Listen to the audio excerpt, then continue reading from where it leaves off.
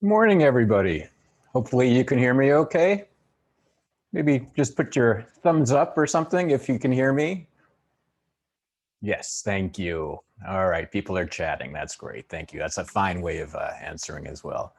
I'm Professor Rosenblum, and before we get started today, just want to make sure that people were able to log on okay. I see just about 7 people in the class, and there should be 3 times more than that. So for those of you that are on, did you use that link I sent yesterday, that class link? Yeah. Yes. Okay. So I guess I did everything right. Still some bugs to be worked out of this Zoom class thing, but okay. Hopefully, the rest of the class will be joining us soon. Um, so this is summer session 2 or B. Last 5 weeks. If you've never taken a summer class before, you know this goes. You might not know that this goes by very, very quickly. So we have a lot to cover in a very little time. As you know, there are 2 3-hour lectures each week, along with 2 discussion sections each week. So you'll be very busy. But we'll pace it well. And last time I did this last year for the first time ever, because the convenience of being able to teach out of the garage here. I'm not really in front of a stream if you haven't figured that out. It went well last year. People did really well in the class. I'll give you various tips on how to do well and how to have fun and all that sort of stuff as we go on. But I guess, let's see, how are we doing now? Yeah, it looks like about half the class is signed in. That's good. Let me see first if, yeah, I think we're okay. Let me go ahead and present some of the logistics of the course, some of the details of how the course is going to work, and then I'll stop and see if there's any questions. But if there's anyone's having any technical issues right now, just let me know before I present this first slide. But I'll make sure we take a second and take a little break to answer questions about how the grading works and all that sort of stuff. So let's go ahead and do that.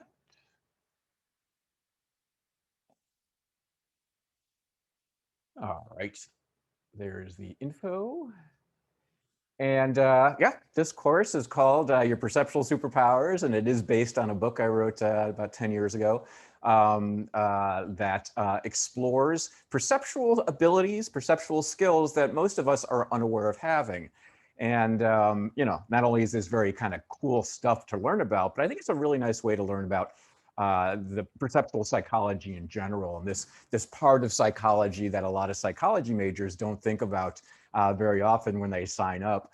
I like to use it not only as a way of kind of illustrating some really cool abilities that we all have, but also as a way to get you interested in just general questions in perceptual psychology and how the brain works.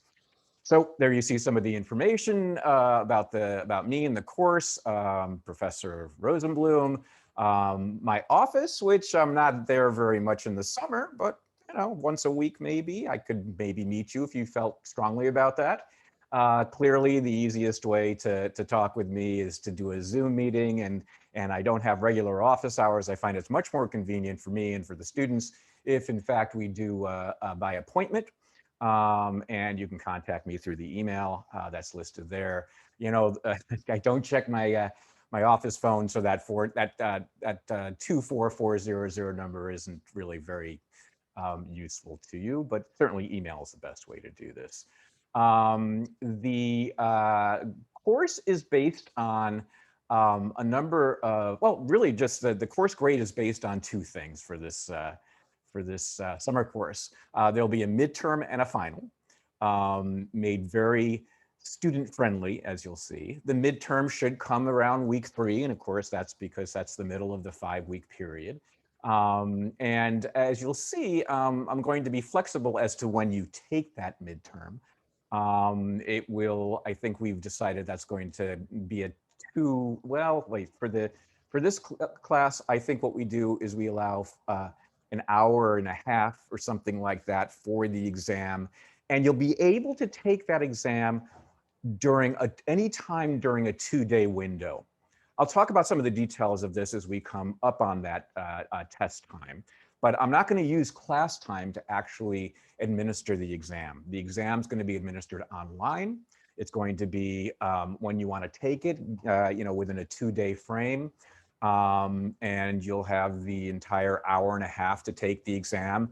It is a multiple choice exam. It is open book online, as it says. And as I said before, it can be taken anytime during that 2-day period that we specify. And the same thing will be true of the final.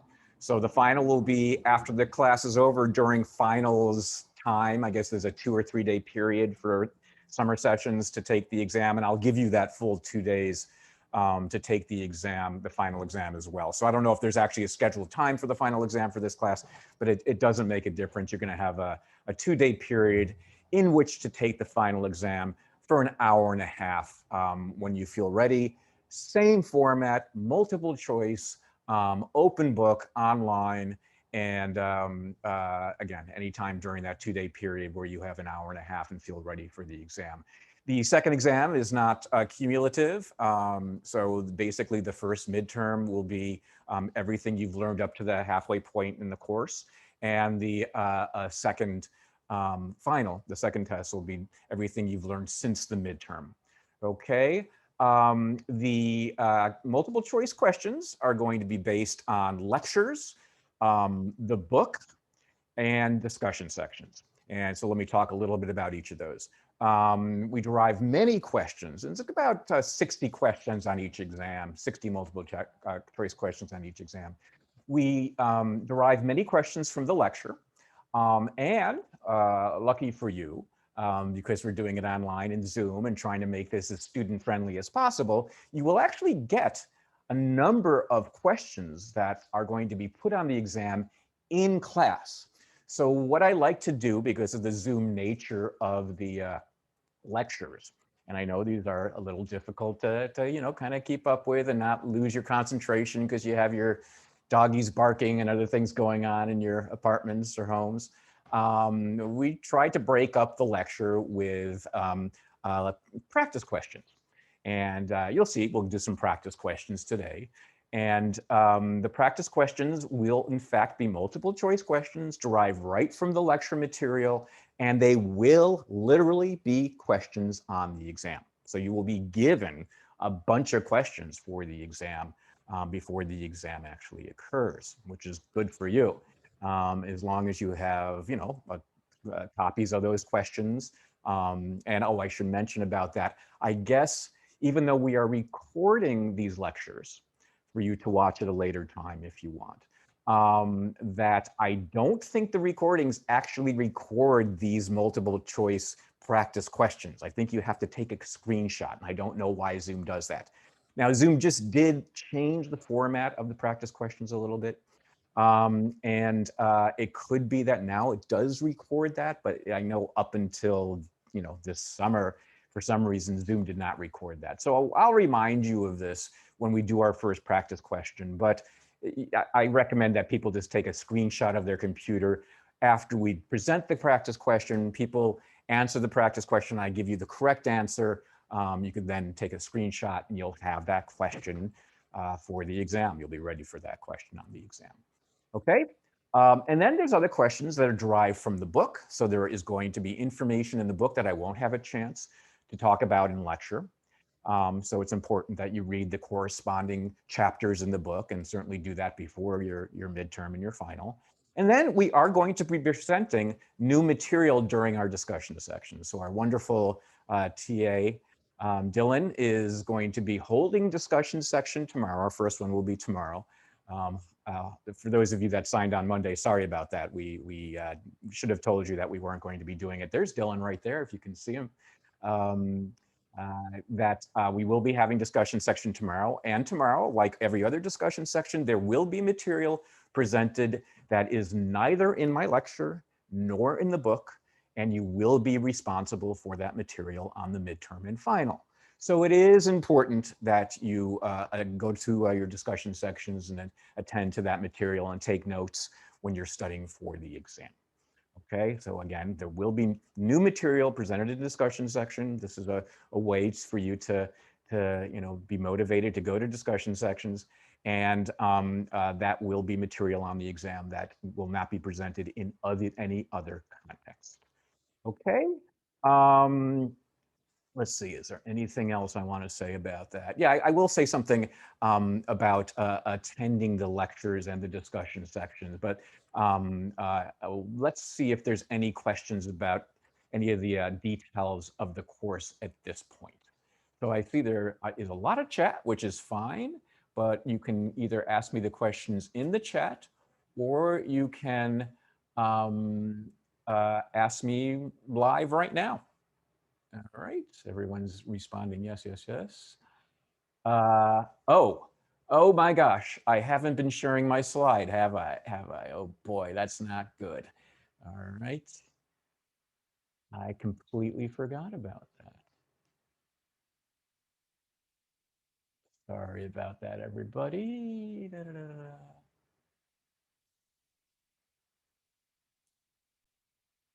Can you see it?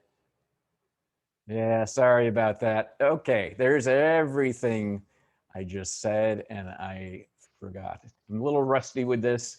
I haven't done a Zoom lecture in a while. I taught in the spring, but they weren't lecture courses, so I apologize for that, everybody. Okay, let me go back here.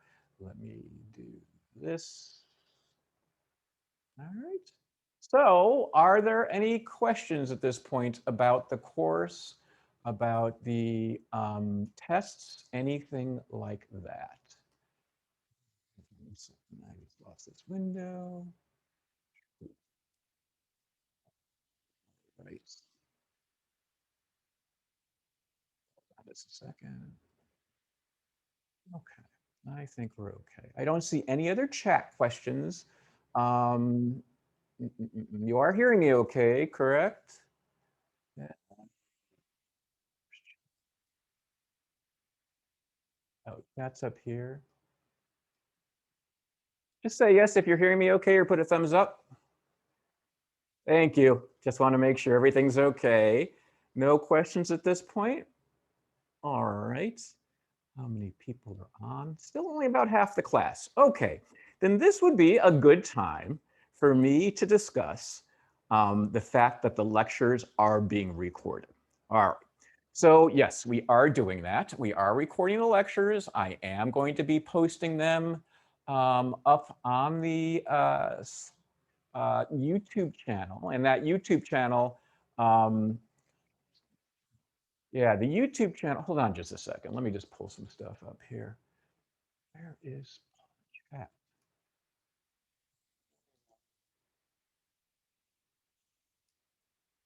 I can't see your chat.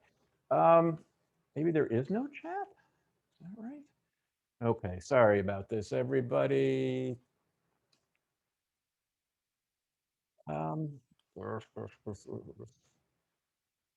It's really strange.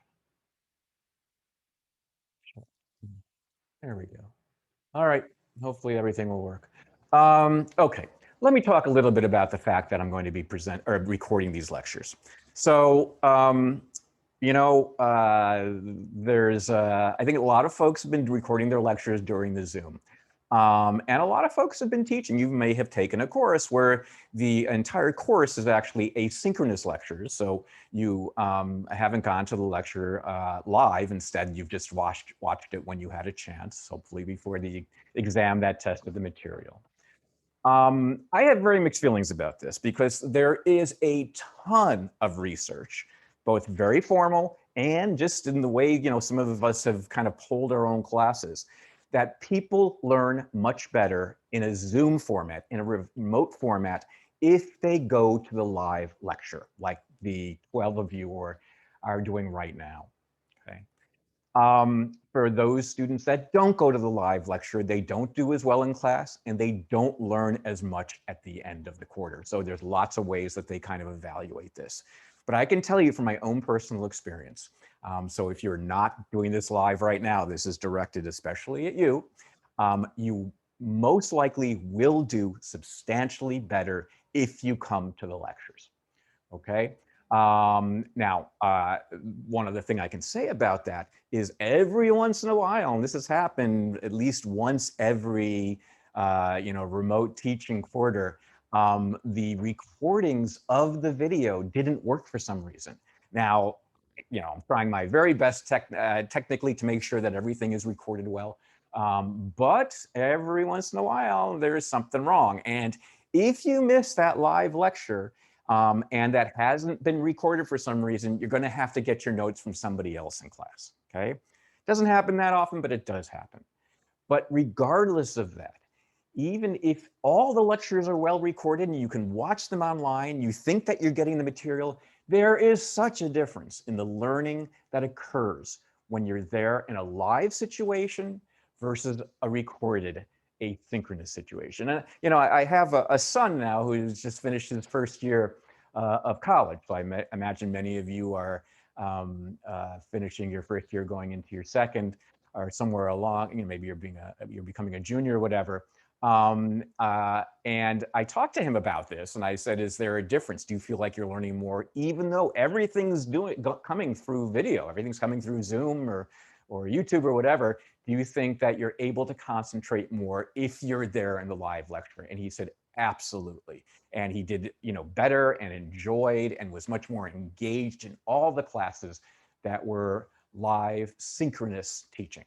For those of you that are already here, that's great. For those of you that are watching this on the recording, I urge you to come to the live lectures. I promise you're going to enjoy it more, you're going to like the class more, and you're going to really do better.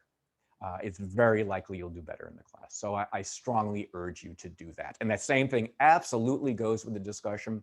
Dylan's come up with some really great fun things for you to do in discussion. A lot of, you'll see a lot of what we demonstrate in the class, it does do well live if you can come to the classroom and all that sort of stuff. But, we understand it's still remote. It's going to be remote probably halfway through fall, at least for many, many discussion sections. That's okay.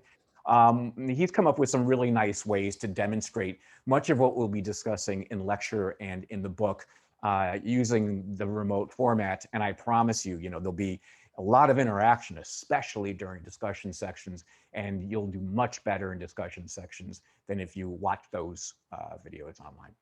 Okay. Any questions about that? Okay. All right. Doesn't look like it. That's all right. The last thing I wanted to mention is the book. And because I believe you still can't, I don't think the bookstore is open, but even if it is, it doesn't make a difference. I didn't want you to be burdened by having to somehow get the book while you're, in quarantine potentially. And so I've made it available online. It's been available online all through the quarantine period. So it's in PDF format. You can get it from our iLearn site, download it, and you can use it that way. If you're interested, you can get a copy online. And it's also in audiobook format if you like that type of thing. I want you to have access to that as easily as possible, so the quarantine doesn't affect your ability to get the reading material up too. I think I actually have a copy. Hold on. So I have a copy of the book here. Yes, I do. Yeah. Yeah, this is it right here. And you can see, oh, hot for the first time in years. Okay, this is the book right here. I think you can get a discount really easily now. This is the hardcover. You can get the softcover copy somewhere as well. Maybe you'll be lucky enough to have a burning book too. Okay. All right. Anyway, any questions before we start? Yeah, book is under course materials. Thank you for those of you that have been commenting on that. Go ahead and chat away any way you want. It's a small enough class. Usually when I teach this course during the quarter, regular school year quarters, not during the summer, there's 250 people in this class. So I have to restrict the chat just to questions from me, but go ahead and chat like crazy to each other. Make fun of me. I promise I won't look at it unless somebody wants me to look at it to answer a question. Okay. Anything else? Are we ready? Then let's go ahead and start on the material for the course. So, we're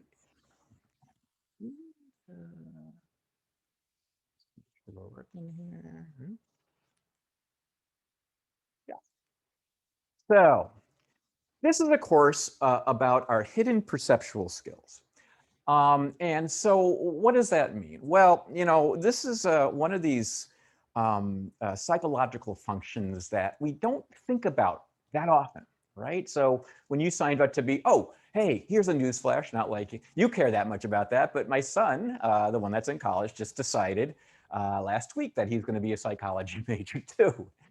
Maybe not that surprising given that I'm a psychology professor. My wife is a practicing psychologist, therapist, and he decided he might want to, be a therapist. But either way, he's going to be a psychology major. And I know, the courses he's most interested in taking are the ones that have to do with, clinical, abnormal, developmental, social psychology. And people often don't think about perception that much as being kind of the normal course in psychology, in the psychology major. They think about this as the course they have to take along with, the brain and behavior courses and cognition and statistics and methods and all that sort of stuff.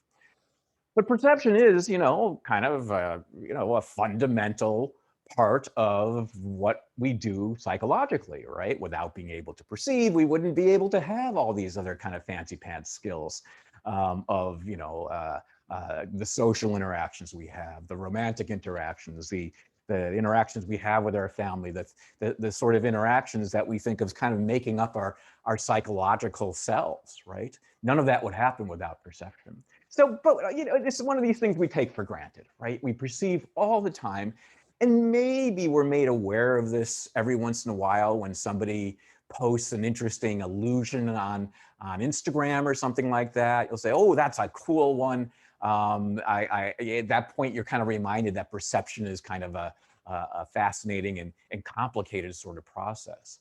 And I like those. People send me illusions all the time because I'm a perceptual psychologist, and it's fun. And I repost them and all that sort of stuff. But I'm actually also interested in getting people to kind of appreciate perception, not just through illusions, but through skills that the human brain is actually devised to do that we don't think about very much. And the truth is that we are using these skills all the time, that we are perceiving much more and in much more interesting ways than reach our consciousness. It's kind of hard to kind of convince people at first if they haven't thought a lot about perception. But perception involves not just the kind of informational processing that we're consciously aware of. It also involves things that we don't have conscious awareness of, but still affect us. So, for example, and I'm going to love this discussion when we get to it. It's one of my favorite topics of this course, and that's smell. And I think smell is one of the neatest ways to kind of illustrate how unconscious perception, okay, kind of sounds like a contradiction, unconscious perception, but unconscious kind of use of information does have an influence on us. So let's think about smell. You walk into a room and maybe somebody's home and you smell what they cooked most recently.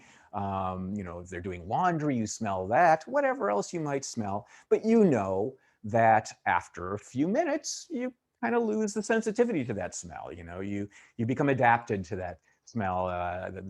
They used to say in commercials, you become smell blind, right? If you have a litter box at home, you don't realize that it's, can be kind of stinky, but people who walk in your home first do notice it, and it could be a little, strong. So something you need to be aware of if you're a cat owner, right? But even, strangers coming into our house, guests coming into our house, they after a while don't have a conscious awareness of that smell anymore. They become adapted to it. Okay? But here's the interesting thing. We know now from a lot of research, both in brain imaging and in kind of cool, sneaky perceptual tests, that even when you're no longer aware of a smell, you are in fact using that information constantly. Okay. That's an important term, constantly, not consciously, because you aren't consciously aware of the smell, but your brain is constantly doing the processing that's necessary for that smell information to have kind of hidden effects on us. And this is kind of just one example. That smell example, I think, is just a very nice, intuitive example of what I'll be talking about throughout the course. That we're doing this with all of our senses. Okay? We're doing this with hearing. We're doing this with vision. We're doing this with touch and taste. Okay? And we're doing this all the time. And so I call these things implicit perceptual abilities, that there are perceptual abilities that we have that we are not consciously aware of. And that's what subliminal means here in this context. It means that these are perceptual skills, perceptual, I guess even we can say channels that are below our level of awareness. Subliminal means kind of awareness in this context. So it's below our level of awareness. It's subliminal. Now, that doesn't mean it's having kind of coercive influences on us. And we'll talk about what that means. Subliminal, that term kind of has an interesting history. And if you've heard that term before, you might have heard it in the context of, being able to, make people do things they don't want, to buy items they don't want, to make decisions that they don't know they're being influenced to make. And you're going to see that those influences are very subtle, but that information is processed. Okay, and so we're going to have to make a distinction between implicit perceptual abilities that we're going to be most interested in this course, and being kind of coerced or hypnotized or forced to do things we don't want, which really rarely happens in any sort of extreme way whatsoever. So don't be scared of these implicit perceptual abilities. You'll learn that these are amazing and important and necessary abilities that allow us to interact with the world in more successful ways. You're going to see that a lot of these things that are going to be categorized as implicit perceptual abilities are things that we share with animals. So we're going to be talking about animal perception often. We're going to be talking about what your dog and kitty can do. And you probably know some of these things, that they have a smell system that seems more refined than ours, and an auditory system that seems more refined than ours. They can use sensory information in such ways that they seem like they have completely different channels and different brains and different sense organs and all that. But we're going to find that a lot of what they can do, we can do too. So, your dog, you might know, recognizes you from how you smell, right? They can recognize your shirt. They can recognize you from your shirt because your shirt has your scent on it. That's something you will learn that we can do as well. Okay? Maybe not as well as your doggy, but well enough so it can have influences on our behavior. And so we will be talking about these sort of animal examples as we go through, so they inform our understanding of what the human brain can do. And then one of my favorite parts of this whole discussion is that we will learn from perceptual experts how these implicit skills, these implicit abilities, can actually be enhanced. So my favorite part of writing this book by far was meeting these amazing folks who have learned to kind of bolster their perceptual skills, either from maybe having lost a sense, losing their sense of sight, losing their sense of hearing, and then enhancing another sense, so that they bring out these perceptual abilities, these implicit perceptual abilities, and make them more useful. And so we will be meeting many folks who have sensory impairments and have learned to compensate for those impairments by refining their other senses, as well as people who, just because of their profession, needed to refine their perceptual skills. And as we go through those examples for, like sound engineers, people who mix music, people who do sound for television and film, wine connoisseurs who have to learn to taste when a wine was bottled, what year the grapes were grown, and all that sort of stuff. We're going to learn that these are things that are within reach of everybody's brain. And in fact, we will see some examples of how your own brains have kind of refined their perceptual skills. Just as being a music listener, right? This is something that we didn't always know about the brain and how it reacted to music. We thought that any sort of, kind of musical expertise was really reserved for musicians, people who had been trained formally in music to learn a violin and continue it through college and all that. But a lot of the research is suggesting just by being a music listener, a regular music listener, you're able to hear subtleties of music and sound in general, okay, that you weren't before you became an active music listener. So, you've become a perceptual expert in subtle ways for many of your senses, and we'll talk about how that works. But as I said, talking to folks that have really learned to improve their perceptual sensitivity through their activities, interviewing them, as you'll learn, there's many interviews in the book about, where I talk to these folks. That was just absolutely fascinating to me. And, as we go through this, as I said, not only are you going to learn about some cool people and some cool, processes that we can all do, you're also going to learn some kind of about some very important concepts in the field of perceptual psychology and brain science, neuroscience. And I know this is a Psych 49 class. We're not going to go through too many of the technical details of this sort of thing. But enough so I think you'll learn a little bit about the brain and a little bit about functions and that sort of stuff that you'll find very interesting. So one of the concepts that this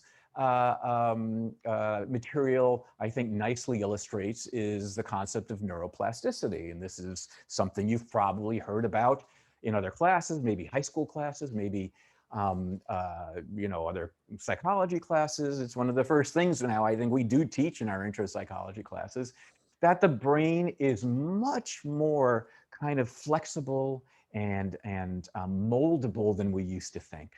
Okay, when I was in college, for example, way long ago, I was taught that you can learn things, but the constraints on learning, especially as you got older, were pretty dramatic. It was hard to learn a new skill after a certain age, it was assumed, and you would not gain any neurons, you would only lose neurons, right? Our teachers used to tease us like, don't go crazy on the weekends because you only have a certain number of brain cells and you're going to kill them if you party too hard, right? It's kind of a running joke. But now I know that's not exactly true. First of all, we do gain some neurons, but more importantly, the way those neurons communicate to each other change from any experience that we have. And in fact, you can learn new skills way into older age, right? We'll talk about some examples of that. Actually, there was just an article maybe I should have linked this to the iLearn page. In the New York Times, there was an interview with a woman who, at the age of 90, decided to start to learn the cello. Actually, she had played cello in elementary school and I guess through middle school or something like that. But she decided to take up the cello at 93. And she, this took it, this was her hobby, but she had a lot of time. So she took it pretty seriously. And she's now performing in string quartets and all that, 93. And this is what neuroplasticity suggests, that our brains are always ready and kind of eager to change from experience, and learning kind of the kind of mechanisms that kind of support this neuroplasticity through learning about these implicit perceptual skills, I think is a really nice way to get some insight on this. So we'll be enjoying our discussion of that. What else? We're going to be talking about imitation. So one thing that's been kind of uncovered over the last 10 to 15 years, 15 to 20 years, I would say, is that One of the things that we are so perceptually sensitive to is each other. That we are all, to some degree, perceptual experts when it comes to perceiving what another person is doing, okay? What another person intends to do, what another person, is thinking almost. Not saying we're not going to be talking about ESP, but we'll be talking about how sensitive we are to being able to infer what other people are doing and are intending to do. And we'll find that one of the reasons we are so expert at that is because our brains are always doing this implicit, this kind of deep imitation of what other people are doing. Now that sounds kind of odd. You don't think of yourself as imitating the people that you're interacting with very much, right? Maybe if you have a sibling, you remember imitating them just for kind of annoyance purposes. I know that my two boys certainly did a lot of that when they were younger. They would tease each other by imitating each other, right? There's some of that, certainly. But what we're going to find is even when we're not doing that kind of overt imitation of each other, we are always doing some imitation. And maybe more importantly than that, what's going on in our brains is also an imitation. So, the intuitive examples I often discuss are, if you've ever noticed yourself talking with somebody that has a thick foreign accent, maybe you've noticed yourself imitating that accent by accident, right? Not doing it on purpose, but all of a sudden you kind of fall into the accent. Oops. My lab is doing some interesting research on this, and when we come to that topic, I'll tell you a little bit about that. But maybe you've noticed, yourself taking on the same body language as somebody else at a party, right? Maybe if somebody else is, kind of rubbing their face, maybe you've noticed yourself doing that. The body language kind of imitation is exactly what I'm talking about, as are the accent imitation sort of examples. It's if our brain is kind of primed to do imitation, because that imitation that's happening deep in the brain that often isn't actually manifest in our bodies, isn't visible by our looking at our bodies, is actually helping us understand what another person is doing. And that's called a mirror system in the brain. Often it's called the mirror system. And the idea here is that we are kind of mirroring, at least deep in the brain, what another person is doing and intending to do. And that process allows us to understand what they're doing better. You'll see some research that suggests if in any way we inhibit that process of implicit imitation, we actually end up having less of a perceptual sensitivity to what another person is doing. Okay. And then finally, and I apologize if you can hear the garbage trucks in the back here. They're picking up the garbage here at the stream. I don't know if you can hear that. Let me just wait for the garbage trucks to leave. There they go. Okay. The last topic we're going to be discussing that's going to be kind of a general conceptual topic is one that's near and dear to my heart, and that's multisensory primacy. And it's going to be the idea that the senses are always working together and are always designed to work together. And in fact, our brain seems to be shaped by this fact. So if you take an intro psychology course, if you take a perceptual psychology course, like I have to teach the normal perceptual psychology course in the fall, not this kind of fancy pants special and a normal one, all the books, all the lectures are kind of designed to go through the senses one by one, okay? And that's a kind of a nice way of teaching it. You learn, kind of the details of the physiology of the eye, the physiology of the ear, all that stuff. But it is in some ways misleading. In fact, the book is organized like that, right? Just because it's a kind of a clean way to present it. But when you get to the end of the book, you're going to see when we get to the multisensory chapters that really it is deceiving to think of the senses as separate. They are never working separately. And in fact, what we find is that the ears can do things that we assume the eyes are doing and vice versa. And one of the ways we'll learn about that is by what happens in the brain We used to think that the perceptual brain was divided up based on the senses. So the back of the brain here was really the visual processing center. The side of the brain here was the auditory processing center. And we now have an idea that that might not be the best way to think about how the perceptual brain is divided up. Because what you find is, in fact, this part of the brain is sensitive to sound. This part of the brain is sensitive to sight. Okay, and that's kind of the rule across all the various parts of the brain. What it could involve is that the part of the brain back here is sensitive to vision, or we used to think it was sensitive to vision because it's sensitive to perceiving things in space, to perceiving how far things are away from us, right? Which we can easily apprehend visually, but we can also apprehend auditorily, or we can use our ear to know how far things are away. And when we're asked for that sort of thing, we're going to make use of this part of the brain.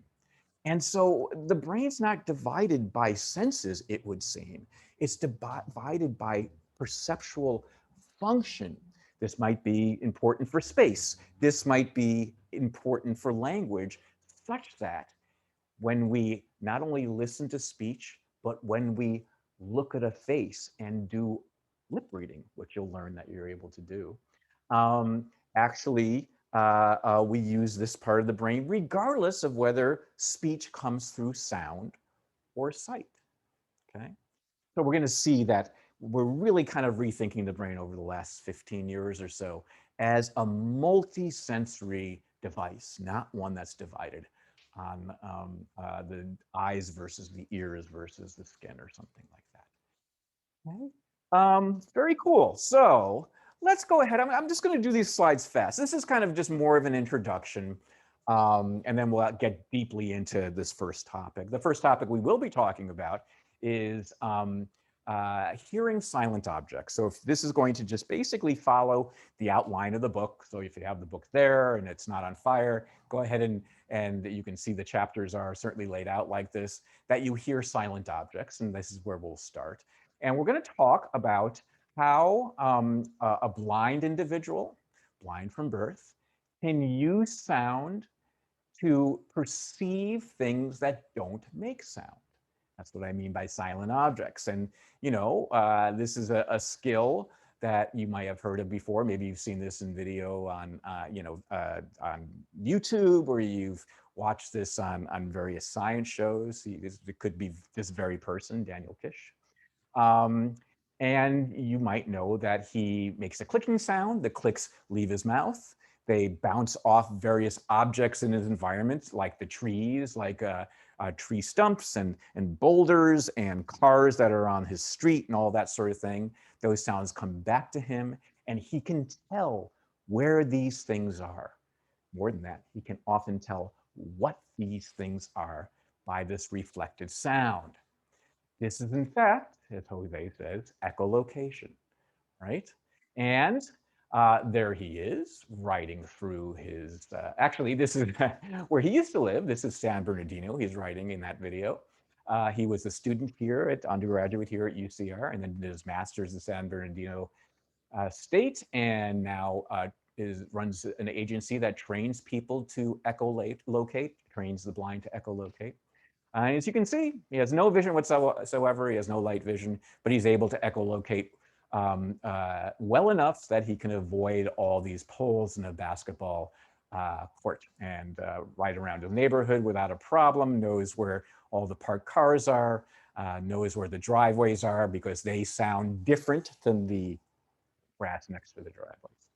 And you might know a little bit about this type of thing from learning about bats or dolphins or whales in other classes, right? They send out a signal, they bounce off at things and come back here, and are able to tell where moths are, where cave walls are, where trees are. We have bats in my backyard, and I love watching them. At dusk, they all come out and they have a big bat party, and they fly around the trees in the backyard and everything, and it's so cool. They're terrific, but we can do this too. And in fact, not only would you be able to do it if you were born blind like Daniel Kish, but as we've shown and many other labs have shown, if you are blindfolded and go, as you see there, between the biology building, between the wings of the biology building there on campus, you can be taught to echolocate within 10 minutes so that you can walk up to a board and stop before you get there without hurting yourself. This is echolocation. This is something we all have brains that have some sensitivity to and can get better with. So, as we'll learn, you use sound like bats. And in this sense, you're kind of hearing space. You're hearing where things are laid out in front of you, whether it's a wall, whether it's a tree, whether it's a parked car or something like that. And this is all through hearing things that are not making sound, but hearing things that reflect sound, hearing silent objects. And also you can hear your position in space, where you are located, for example, in a room by sound based on how the sound is structured by the walls of the room. Again, not by the walls making sound, but how the walls reflect sound. And we also can determine where an object is that obstructs sound, like if something is covering a beep or covering some sort of a loudspeaker, you can tell details of that object by how it structures the sound. So in all those examples, we're talking about silent objects, things that don't make sound, but that reflect and structure sound that our brains can use. We will, however, talk about things that make sound and how sensitive we are to that. And we will learn about things like blind baseball players who are able to hit and catch and throw easily a ball. This is a softball that in fact emits beeps, okay? And so we will learn about how they're able to do that. The batting, I think, is one of the more interesting things, as they, they have no light vision at all in these cases. In fact, everybody is blindfolded, so these are blind baseball teams. I was able to watch them, the Blind Baseball World Series out in Houston a number of years ago. It's just wonderful watching these folks. Great time. But they all wear blindfolds because some of them have a little light vision to kind of equalize. They all wear blindfolds and they're able to hit the ball. They're able to field the ball, all by being able to perceive the beeps of a ball. And I'll show you what that sounds like later. Being able to anticipate when the ball will be at their position. In fact, I might have a little video. Let's hope this sound works on this video here, just to give you a sense of what this is like.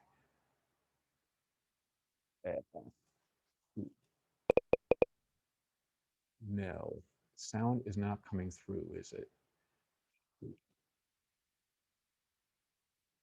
First time, there's a lot of fear involved. Willing to sacrifice your body and potentially get hit with a ball that's coming at you at a decent speed. Let me show it again. Can you guys hear that okay? Sorry about the sound in the beginning. Could you hear it? Yes or no? Yes? Yes, good, thank you. Let me play it again. And I just want you to get a sense of what the ball sounds like and then what the basses sound like. Come on, Maddie. That's the ball.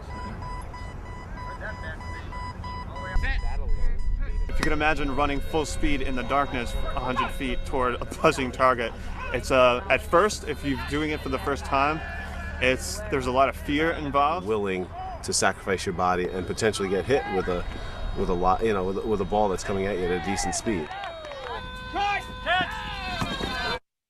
Okay, that's it, great.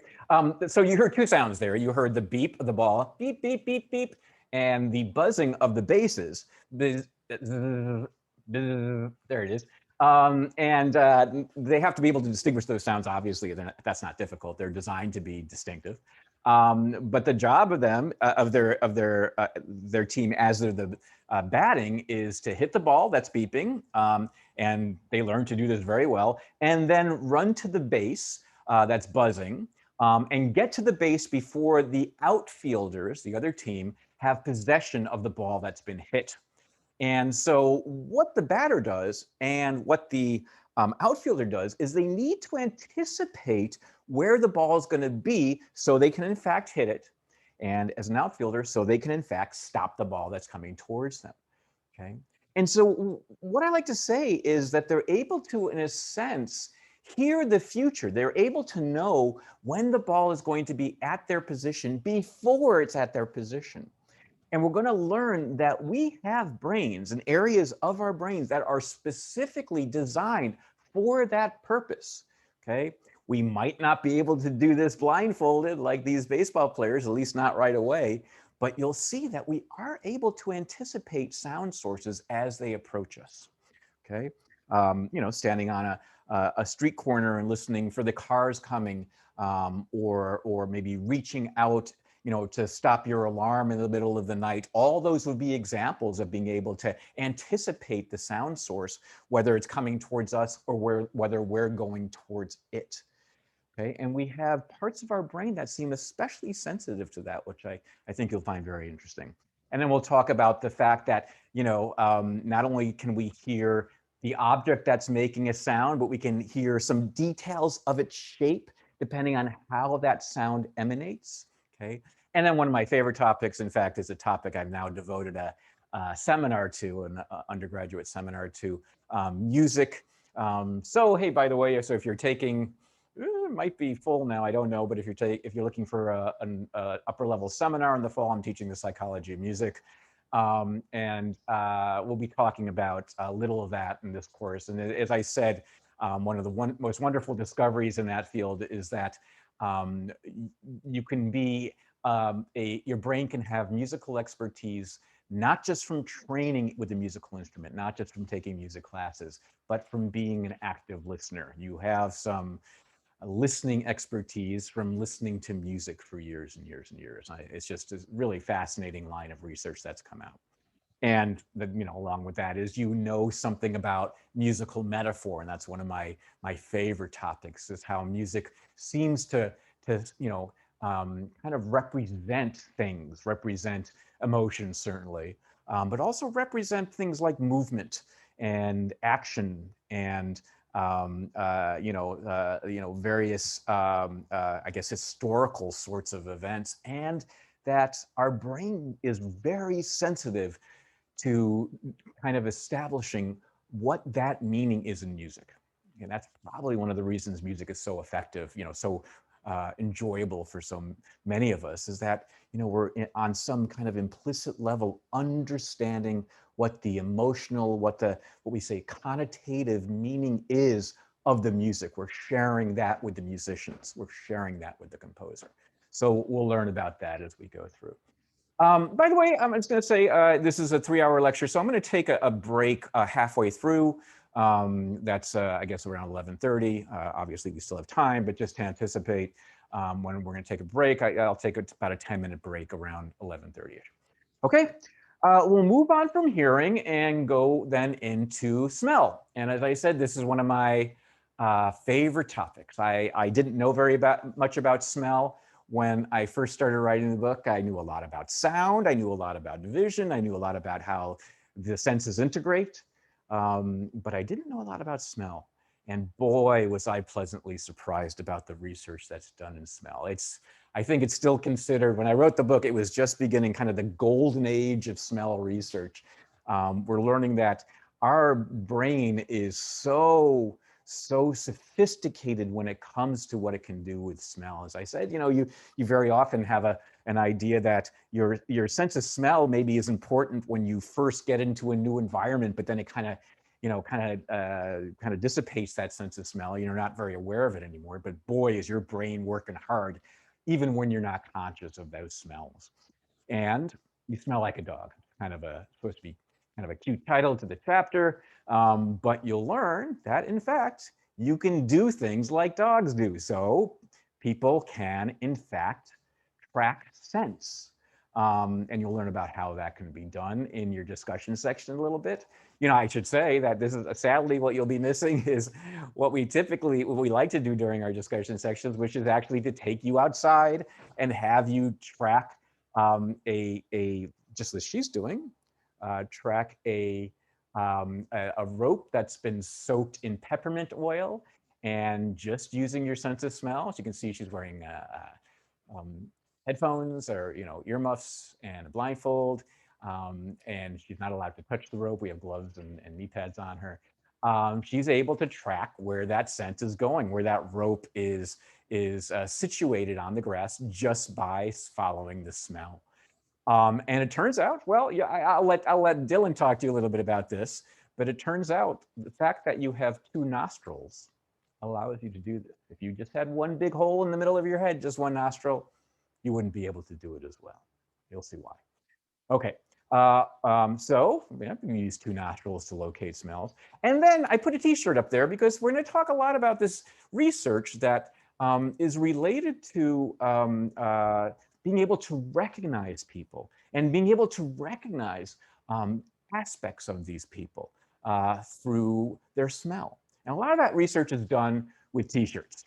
Okay, I know it kind of sounds icky. You ask somebody to wear a t-shirt for 24 hours without putting on any deodorant or without shampooing or putting soap on their body. And the idea is you want to capture their natural smell. Now, I should tell you before you get sick thinking about this, it's not like a body odor smell. If you've worn a t-shirt, overnight and then smelled it the next day, you might not have smelled like the sweat smell, but it has an odor, has a little bit of odor. It's something you're probably used to because it's your smell. That's what we're talking about. And there's a lot of research that uses that sort of methodology.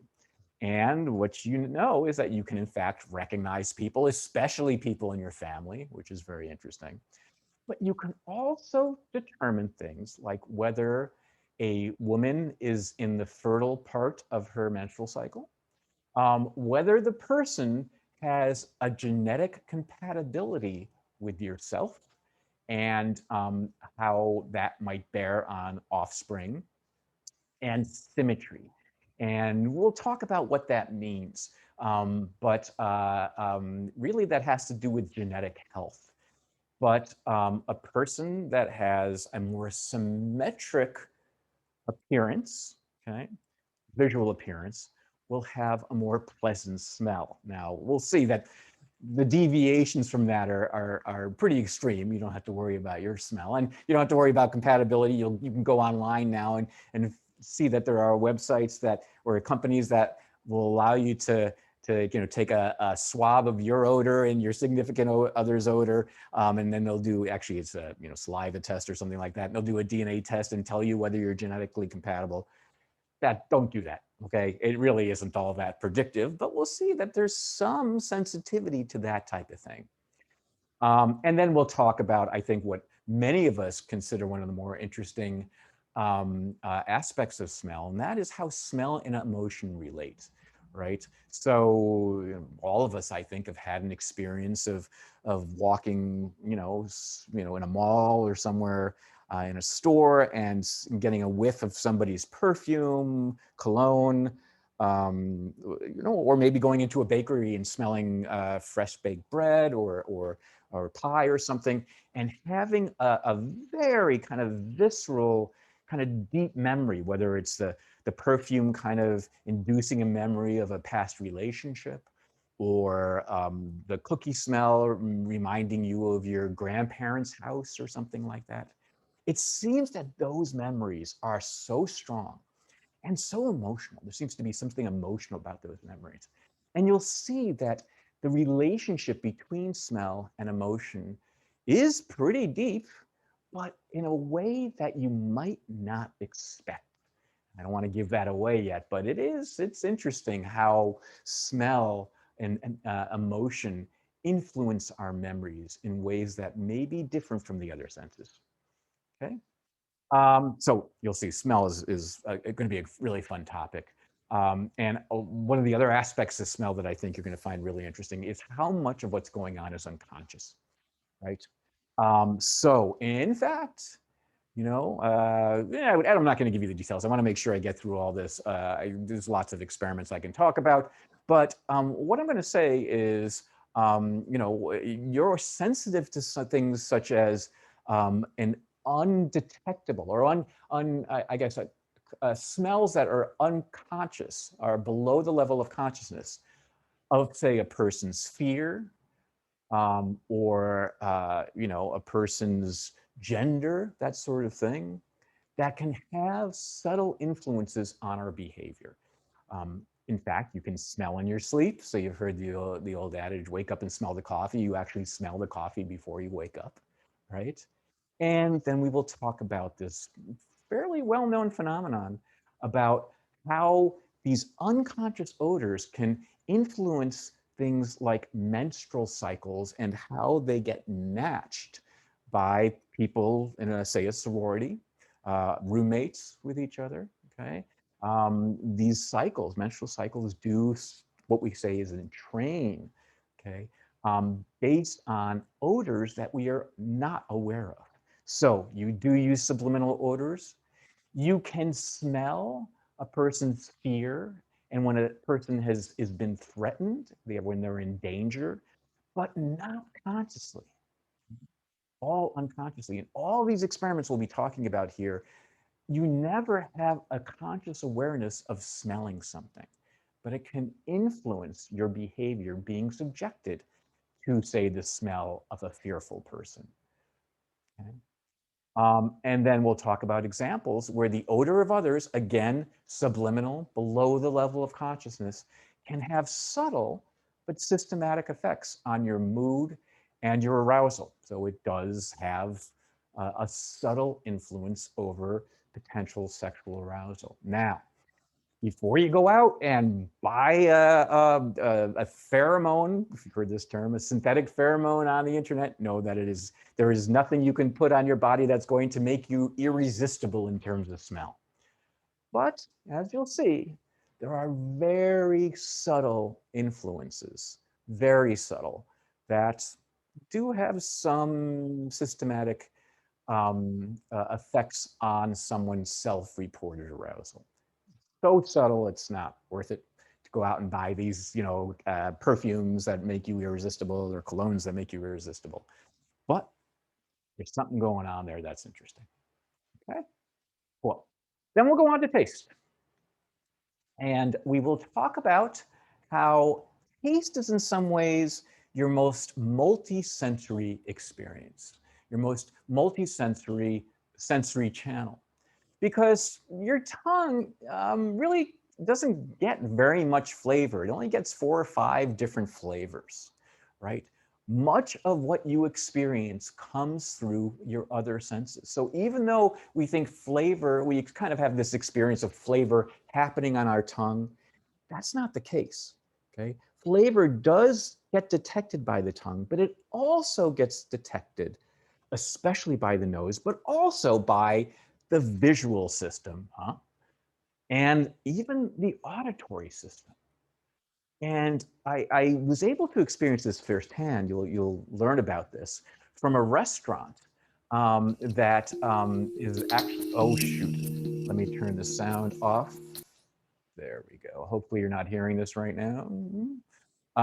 This is a restaurant that is completely black inside, completely dark inside.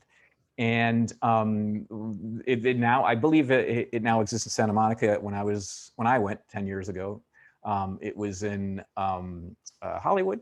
But I went because I wanted to see if, like the advertisement for the restaurant, if food tastes more vivid if you have no visual distraction. Okay?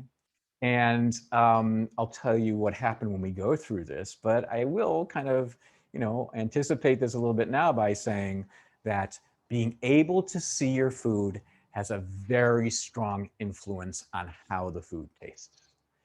And as you'll see, it's not just vision, it's, hearing, and you'll see that the sound of our own crunching influences how flavorful a food is.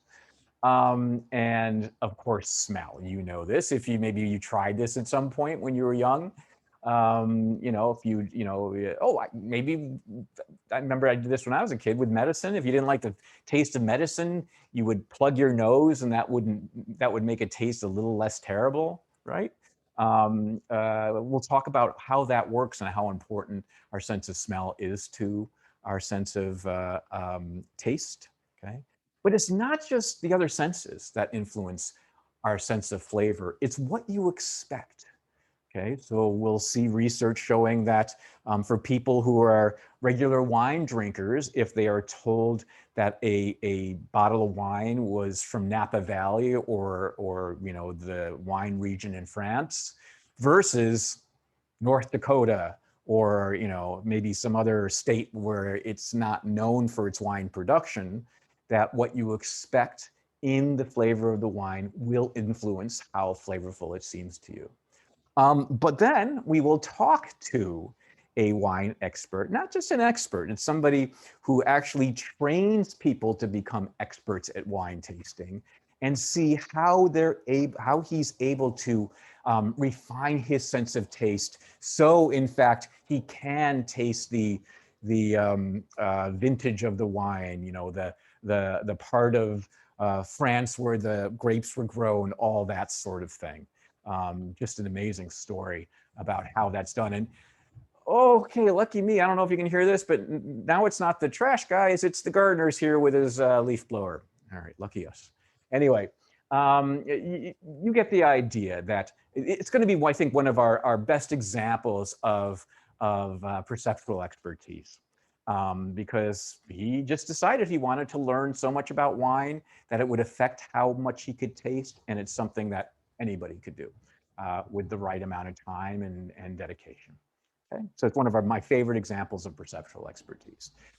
We'll move from there into touch, and we will learn about all the things that touch can do, and the fact that we can do these amazing feats, such as perceive speech from touch. And there's a person you meet, Rick Joy, who was born, I think he lost his sight at the age of 1 and lost his hearing at the age of 1.5 or 2. And so the way that he was able to communicate with others was by touching the person's face. And there you see him touching one of his friends. And if you've ever heard of this before, it was probably in the context of Helen Keller, whose name you might know, blind and deaf from a very early age. And she had an amazing life. You know, got a degree from Harvard, wrote many, many books, did lectures, was an advocate for disability, people with disabilities. There she is having a discussion with Dwight Eisenhower, and she did the same thing as Rick. She was able to perceive people's speech from touching their faces. Of course, if somebody knew sign language, she could feel their hands, you know, making the signs in her hands, but most people don't, like Eisenhower didn't.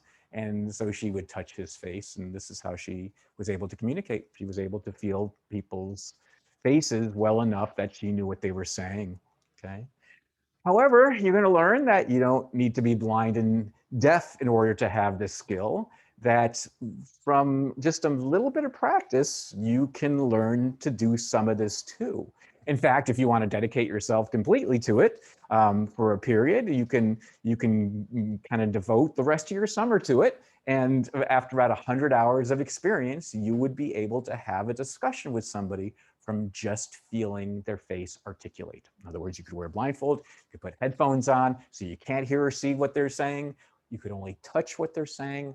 And if you want to dedicate 100 hours of your summer to doing it, you'd probably be as good or almost as good as these two folks would be, which is just amazing. Our brains are kind of designed to get speech information regardless of whether it's heard, as we mostly do it, or heard and seen, as we often do it. And then, of course, as we've been talking about here, by touching a person's face. Okay. But more than just recognizing speech, we'll talk about the fact that you can recognize who a person is by touching their face, and you can recognize what their facial expression is from touching their face. And then we'll be talking about examples of touch where we can feel, I guess, dimensions. We can feel characteristics of things without ever actually having direct contact with them. And that seems kind of like an odd thing to talk about. What does that mean, to be able to feel things without touching them? But it really isn't that crazy, because it's something that we can do fairly well, like when we're holding a tennis racket, right? We know something about where the sweet spot of this tennis racket is, where the best place to hit the ball in the tennis racket is, even though we're not touching it with our skin. What we are touching is the handle. And the tennis racket is kind of pulling the weight of the tennis racket, the dimensions of the tennis racket are kind of pulling on the tendons, the ligaments here, the muscles here, and that's telling our brain something about the dimensions of the racket and the sweet spot location. Okay. And so that's what I mean by being able to feel something without touching it. Certainly we are touching something, but we're not touching the dimensions. We're not touching with the skin the dimensions of what I'm talking about. I could tell where this sweet spot is actually better by holding it and doing this than by looking at it. Okay. We'll talk about that research. So that's what I mean by feeling things without touching them. And then we'll talk about being able to use tools. We'll learn about a fisherman who is able to tell the size and species and gender of a fish just by the way they pull on the fishing line and the fishing rod. So in that case, he's able to basically feel all these detailed dimensions of the fish that's on this hook through the tool of the fishing rod, which is pretty cool. And then we'll talk about this really cool example of being able to feel vibrations in an object like a rope, and how a rope is being kind of pulled or jiggled so you can tell the size and location of the thing that's doing the jiggling, doing the pulling without looking at it, just by holding the end of a rope and being able to tell that sort of thing. But then we're going to move on and continue to discuss touch, but use touch to really understand this idea of plasticity. And we will, in fact, meet a blind painter, John Bramblett, who lost his sight at a late age and decided to take up painting of all hobbies after he lost his sight. How does he paint? He paints through touch and has refined his sense of touch well enough that he can feel the outline of the paint that he's already placed on the canvas. He can feel the consistency of the paint, and from that feel can determine what color he's mixing up on his palette, right? So if he uses oil paints, as we'll learn, and black oil paint is kind of thin, white oil paint is kind of more pasty, and he knows what color gray or what shade of gray he's able to kind of mix by feeling how pasty it is and feeling how slick it is. Okay? And he does all color perception of oil paint through touch. Okay? Just an amazing story. And we'll learn more about him. I won't show you the video, but you'll learn a lot about him. And we're going to, oh, there it goes. You're going to learn about John as a wonderful example of how his brain has changed to be able to become more sensitive to these things. And you'll see that he, like many people who've learned to refine their sense of touch, is actually using the part of his brain that's typically dedicated to vision. Okay, in his case, it's no longer dedicated to vision. He doesn't have any light information really getting to that part of his brain. So his visual brain back here is saying, hey, I got nothing to do. Anyone need some help? Other senses, hearing, touch, you guys need help? Touch goes, yeah, sure. We are going to have to do more through touch now. So go ahead and help us out. And that's what happens in someone like John Bramblett. His visual brain area then allows his sense of touch to become refined, to become more skilled. Okay. And we're going to talk about how this works in general. We're going to see there's a kind of cool example, which we'll touch on briefly, where there's been devices designed for the blind that actually kind of create stimulation, light stimulation on the tongue. So potentially the blind can learn to perceive what for most of us would be a visual scene, out here in the woods and the stream, through how the patterns of stimulation on the tongue work. And then we'll learn here about the details of this neuroplasticity. The more you touch, the more your brain changes. And we'll be talking about the kind of general concepts of how that works. And then we'll talk about an interesting example of that through research that's been conducted on individuals who've had amputations. Oh, I'm sorry, yeah, one more thing about plasticity. We'll talk about the mechanisms of plasticity, but we will then talk about what plasticity means for individuals with amputations. Fortunately, I think, our understanding of amputations and what used to be called phantom pain, phantom sensations, when someone has some sort of pain in the limb that's actually been amputated, we now understand more about what's going on with that. And I think that's been a very useful fact for our ability to help with rehabilitation for those individuals. That's nice. And we'll talk about neuroplasticity is something your brain is so ready to do, so excited to do, that you can actually kind of do, almost meditative or kind of cognitive sorts of things to induce neuroplasticity without actually doing much movement at all. And I think you'll find that very interesting. Okay, from touch, we'll go on to vision. And here's another one of my very favorite topics, and that's face perception. You'll see that we all have some expertise with faces. As I said, one of the things that we're very expert on is perceiving other people. We do so especially well with faces. And you're going to meet an individual who has been able through his profession to understand a lot about how sensitive all of us are to faces. We're going to learn that through a phenomenon that you may have heard about before that has to do with what happens when computer artists try to create a compelling, a convincing human face, either in a video game or a movie. Maybe some of you recognize this image. It's a still from a movie called what's it called? Not the Christmas Express, Holiday Express. I'm trying to remember this is. Yeah, you guys remember the name of this movie? It's on during Polar Christmas. Express. Polar Express, thank you. Ivy and Maria, I think was, yeah, that's it, the Polar Express. And I don't know about you, but those characters in the Polar Express seem pretty scary to me. We're going to learn about why they seem a little freaky. It has to do with how difficult it is to create a human face, and how our brains have to be, really fooled well in order to think that we are seeing a real human face and not a computer-generated human face. But we're going to learn from an Academy Award winner. It's a great story. I interviewed him the day after they won the Academy Award for this film.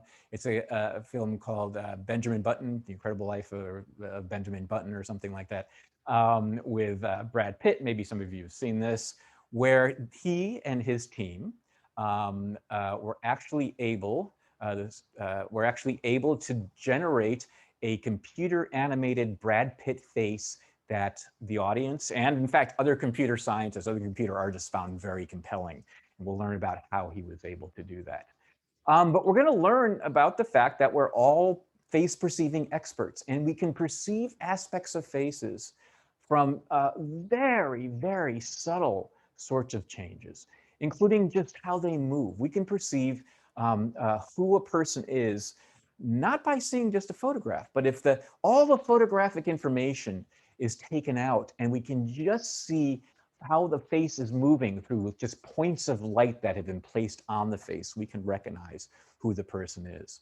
And then when it comes to things like being able to perceive a person's expression, you'll see that you actually are using your own facial expression system to perceive somebody else's faces. So the part of your brain that controls your own facial expressions is used to perceive someone else's facial expressions. It's kind of going to be one of our first examples of the importance of this kind of brain imitation that's going on.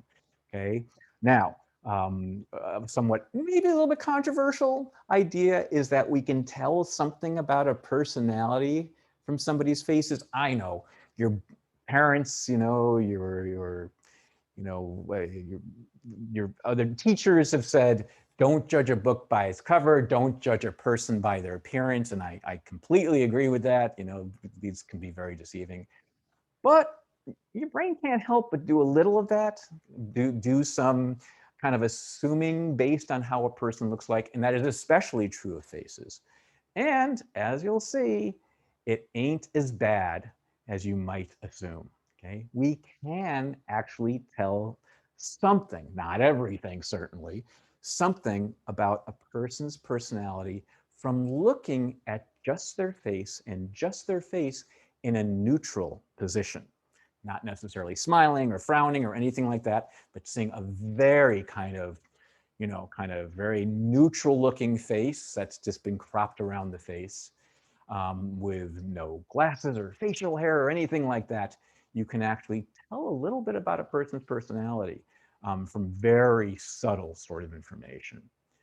And then, as we'll learn, because this is going to help us connect it to the other senses, we can tell from a person's face what we'll call the reproductive potential. And what we mean by that is how healthy a person's offspring might be, just basically by looking at their facial symmetry. Again, we'll see how that works.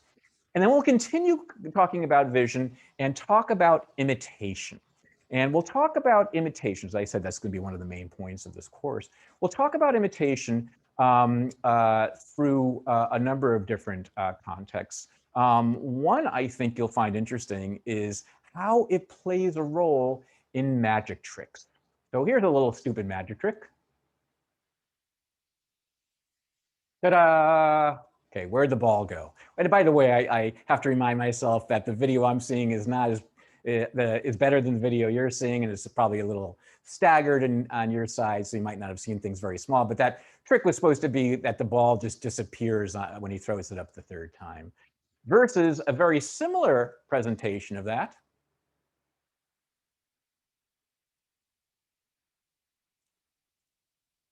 Ta-da! Now, if I asked you where the ball went, it's probably easier for you to say, oh, that third time he threw it up, it never left his hand, okay? And that's exactly right. You might not have said that the first time, though, when you saw that first video. You might thought, oh, somebody must have grabbed it off the screen, or maybe there was a disappearing ball of some type. But now you know probably from watching it the second time, it was in his hand. He kept it in his hand. That's the easiest way of doing it, certainly, right? And the difference between those two videos is where he, the magician, was looking. The third time, the first video you saw, that third time he threw it up, he did a gaze with his eyes as if the ball were continuing to rise. So he threw it up the third time and it went up like that, okay? The ball was actually in his hand, but his gaze was like this. In the second version, the second video you saw, when he threw it up the third time, his gaze, his eyes did not go up. Instead, he continued to look at where the ball was, which was in his hand. So this is something magicians know so well, that the audience's attention, and often their actual eye gaze, will imitate that of the magician. And so we'll learn a little bit about sleight of hand magic. I was able to interview the magic teacher at the Magic Castle here in Hollywood, where he taught me about that a magician kind of intuitively knows that the audience will follow attentively where he's attending to. So if I want the audience to look at this hand while I'm doing something secret with that hand, I'll look over here. And even if the audience's eyes don't all go over there, he knows their attention is going over there, and he'll be able to do something secret with this hand. We are always imitating, and one of the places that we seem to imitate most systematically is in following somebody else's attention, okay? So we imitate gaze, and this imitation of gaze actually, as you'll learn, helps us to be more perceptually sensitive to visual things, okay? When we interact with somebody, we imitate them, and I've already talked about body language, and I've already talked about how we imitate each other's vocal characteristics, if we have an accent, if we speak fast, if we speak slow, that's something that's imitated as well. And I think those are intuitive examples for us maybe, but what's not intuitive is this, that as we're doing this imitation that seems almost reflective, subtle, but reflexive for us, seems to actually help us become better perceivers, okay? And also, as you'll see, actually helps with our sense of empathy with another person. You're going to find this really interesting. That kind of being imitated ourselves without our conscious awareness and imitating other people ourselves without our conscious awareness heightens the empathy between individuals in an interesting way, okay? And we'll talk about the brain mechanisms that support this sort of thing. The idea is that by kind of doing a kind of mirroring of each other, or in some cases an actual synchronization, so dancing or singing together, that's another kind of instance where we're more maybe explicitly imitating each other, okay? That seems to happen automatically. Our brains kind of want to imitate when we're looking at other people. Our brains kind of want to synchronize when we're looking at other people. And even if we aren't doing these things, you know, overtly so they can be seen, our brains are always doing a little of that kind of deep down below our level of consciousness, okay? Finally, what we'll do is we will finish up by talking about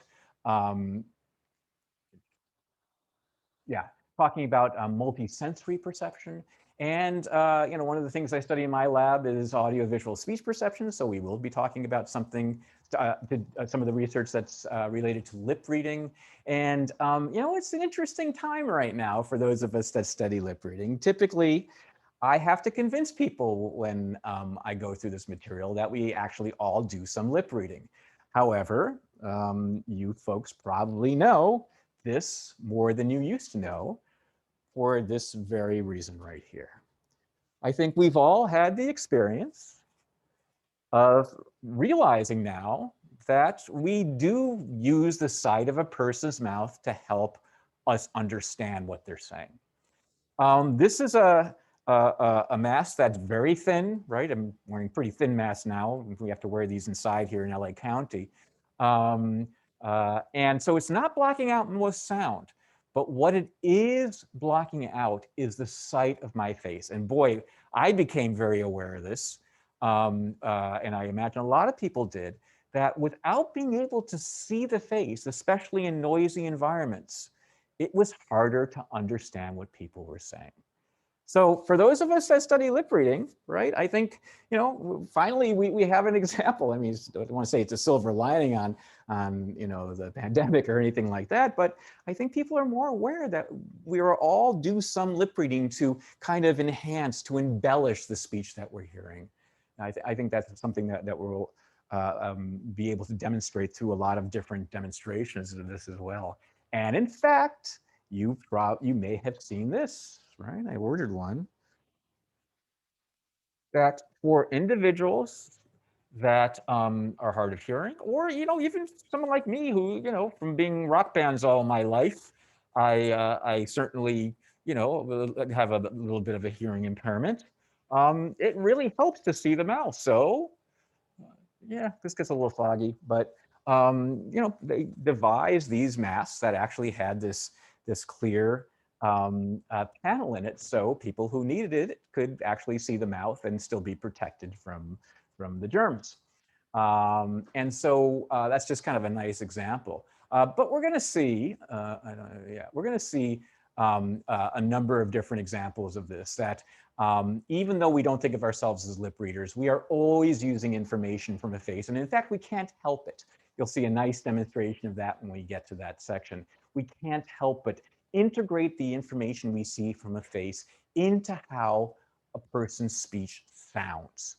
And that part of our brain here on the side that we think about as being sensitive to a person's voice, sensitive to what a person is saying, that we do through our auditory systems, is also sensitive to seeing what a person is saying, seeing their lips move. Okay, it's a very, very compelling example. We'll see tons of of instances of this. We'll talk a lot about the research in this as one of the kind of primary, maybe most convincing examples of how multisensory the brain actually is. Okay, and then we'll talk about being able to recognize people not only from how their face looks and how their voice sounds, but how they actually have a characteristic way of articulating, and how that can be another channel to recognize what a person is not only saying, but who is saying it. Okay, we'll see that as kind of one of the prime examples of multisensory integration, and then talk about many others, talk about examples of these motion simulator rides to make us feel like we're moving, actually make us our vestibular system, the system that kind of evaluates our balance, can be affected by what we're seeing and what we're hearing. And in fact, if that didn't happen, majority of the new Universal Studio rides, which are motion simulator rides, wouldn't be effective at all. But even this stinky little example here makes us feel like we're moving to some degree and gives us a thrill, even though we're not moving. We'll talk about how that works, how the brain allows that to work. It's part of our multisensory integration examples. And we'll talk about the research that's been done on this type of thing in rooms that can move around people and how that affects a person's balance. And even when we're standing still, we use multiple senses to be able to just, establish that skill. We'll continue to talk about attractiveness in this context as well. This is pretty much my last slide, so we'll take a break after this. That a person whose face is rated as attractive also has a smell that's rated as attractive, also has a voice that's rated as attractive. And we'll talk about what the kind of genetic basis of that kind of multisensory attractiveness and how our brains detect that is like. And so the idea here is that our brain, as I said, is designed around multisensory input, and we'll be seeing examples of this in these last chapters. Oh yeah, and finally, we'll talk about some of the evidence of this multisensory sensitivity from sensory compensation, which we'll talk a lot about with regard to individuals who've lost entire senses, but we'll also talk about minor losses. So a person like me who wears glasses because I'm nearsighted, okay, I have a minor loss, and in fact, the periphery of my glasses, the periphery of my visual field doesn't get corrected by the glasses, right? If you wear contacts, your entire visual field is corrected. If you wear glasses, this part of my visual field isn't corrected. And what that does, okay, the fact that I'm getting distorted vision here kind of pushes my auditory system to become a little bit more sensitive, especially when it comes from sounds that are coming from my side. So this kind of compensation thing where somebody's blind, they learn to hear better, someone's deaf, they learn to lip read better or something like that, right? All that's true, but even very minor distortions, like the little distortion I have here on my visual periphery that the glasses cause, kind of allow my auditory system to start compensating and be more accurate at locating objects on my side, which is such a cool thing. So just to summarize, you're perceiving much more than you realize, and these are implicit perceptual abilities. You share some of these skills with animals, as we talked about bats and dolphins and whales already, and dogs. Most of these skills that we'll be talking about can be enhanced, and we'll talk about how perceptual experts can do this and have done this. We'll be meeting folks that have been able to do this, and that these skills exemplify these ideas, these new concepts, relatively new concepts, in brain science and perceptual science, including neuroplasticity, a constant imitation through our brain's mirror systems, and the primacy with which the senses integrate. Okay, good place to take our break. So I have 11:35. Let's come back at 11:45, and we'll start getting into details on echolocation.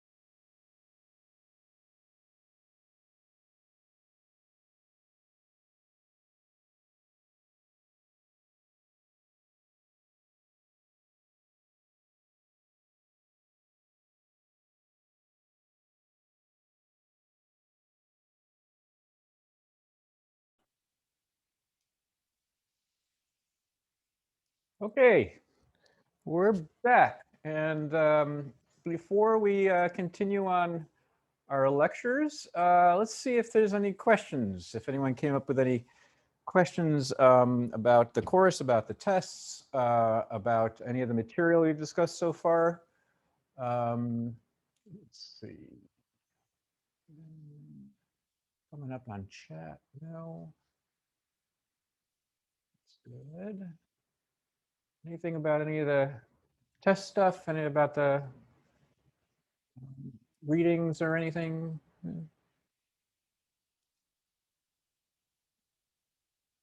Okay.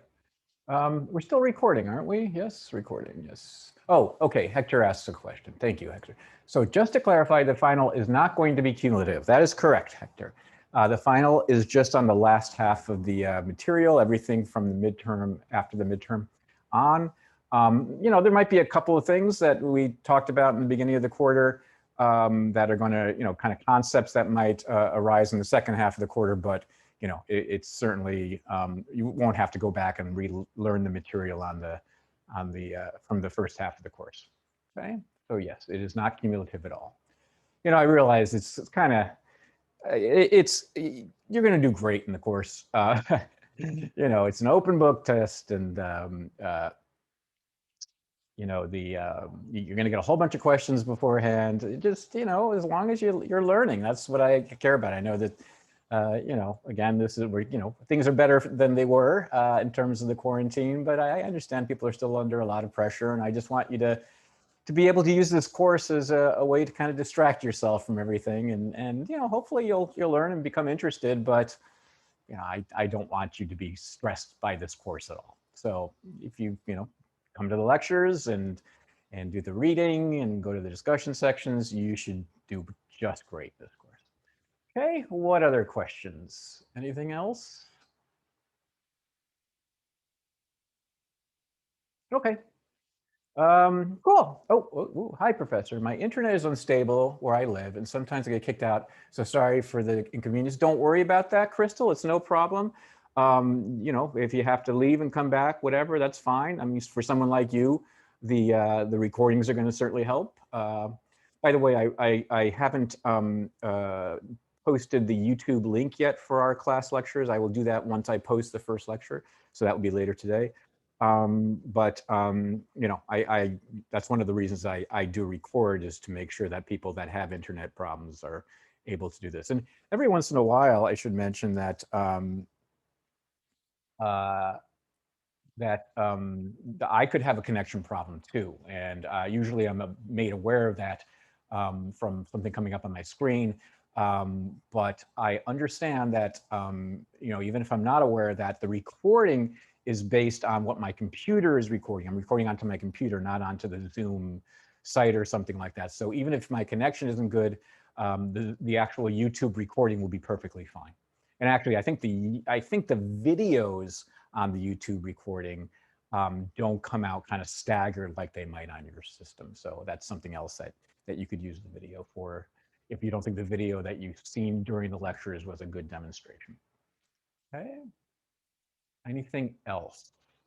Let me just do something for a second. Hold on a second. It's got to.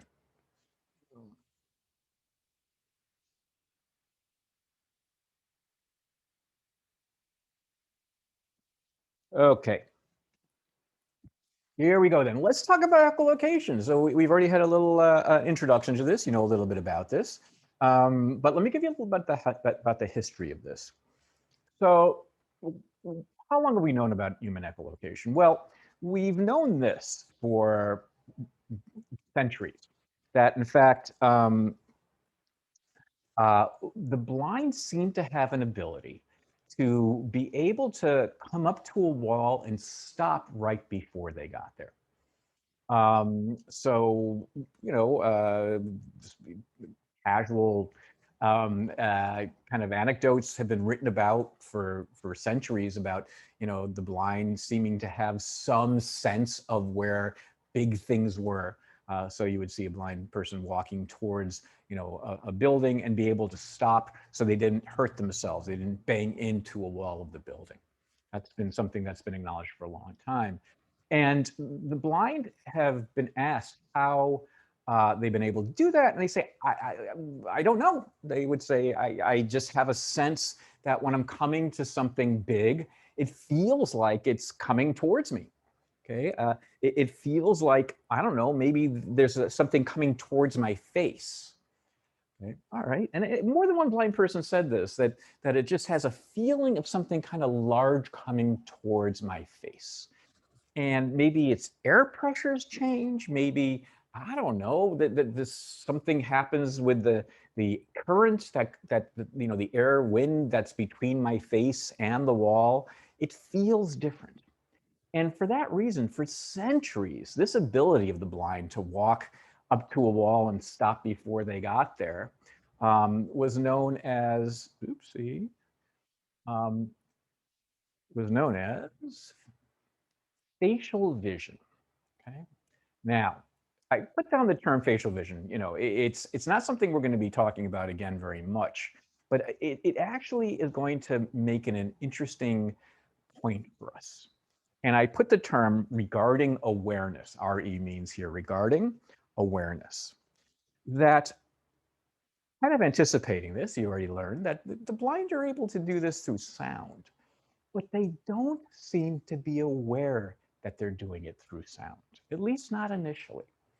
They feel, oh, you can't see the slides again. I am so sorry. Oh, shoot. Thank you, Dylan. I'm glad you're here.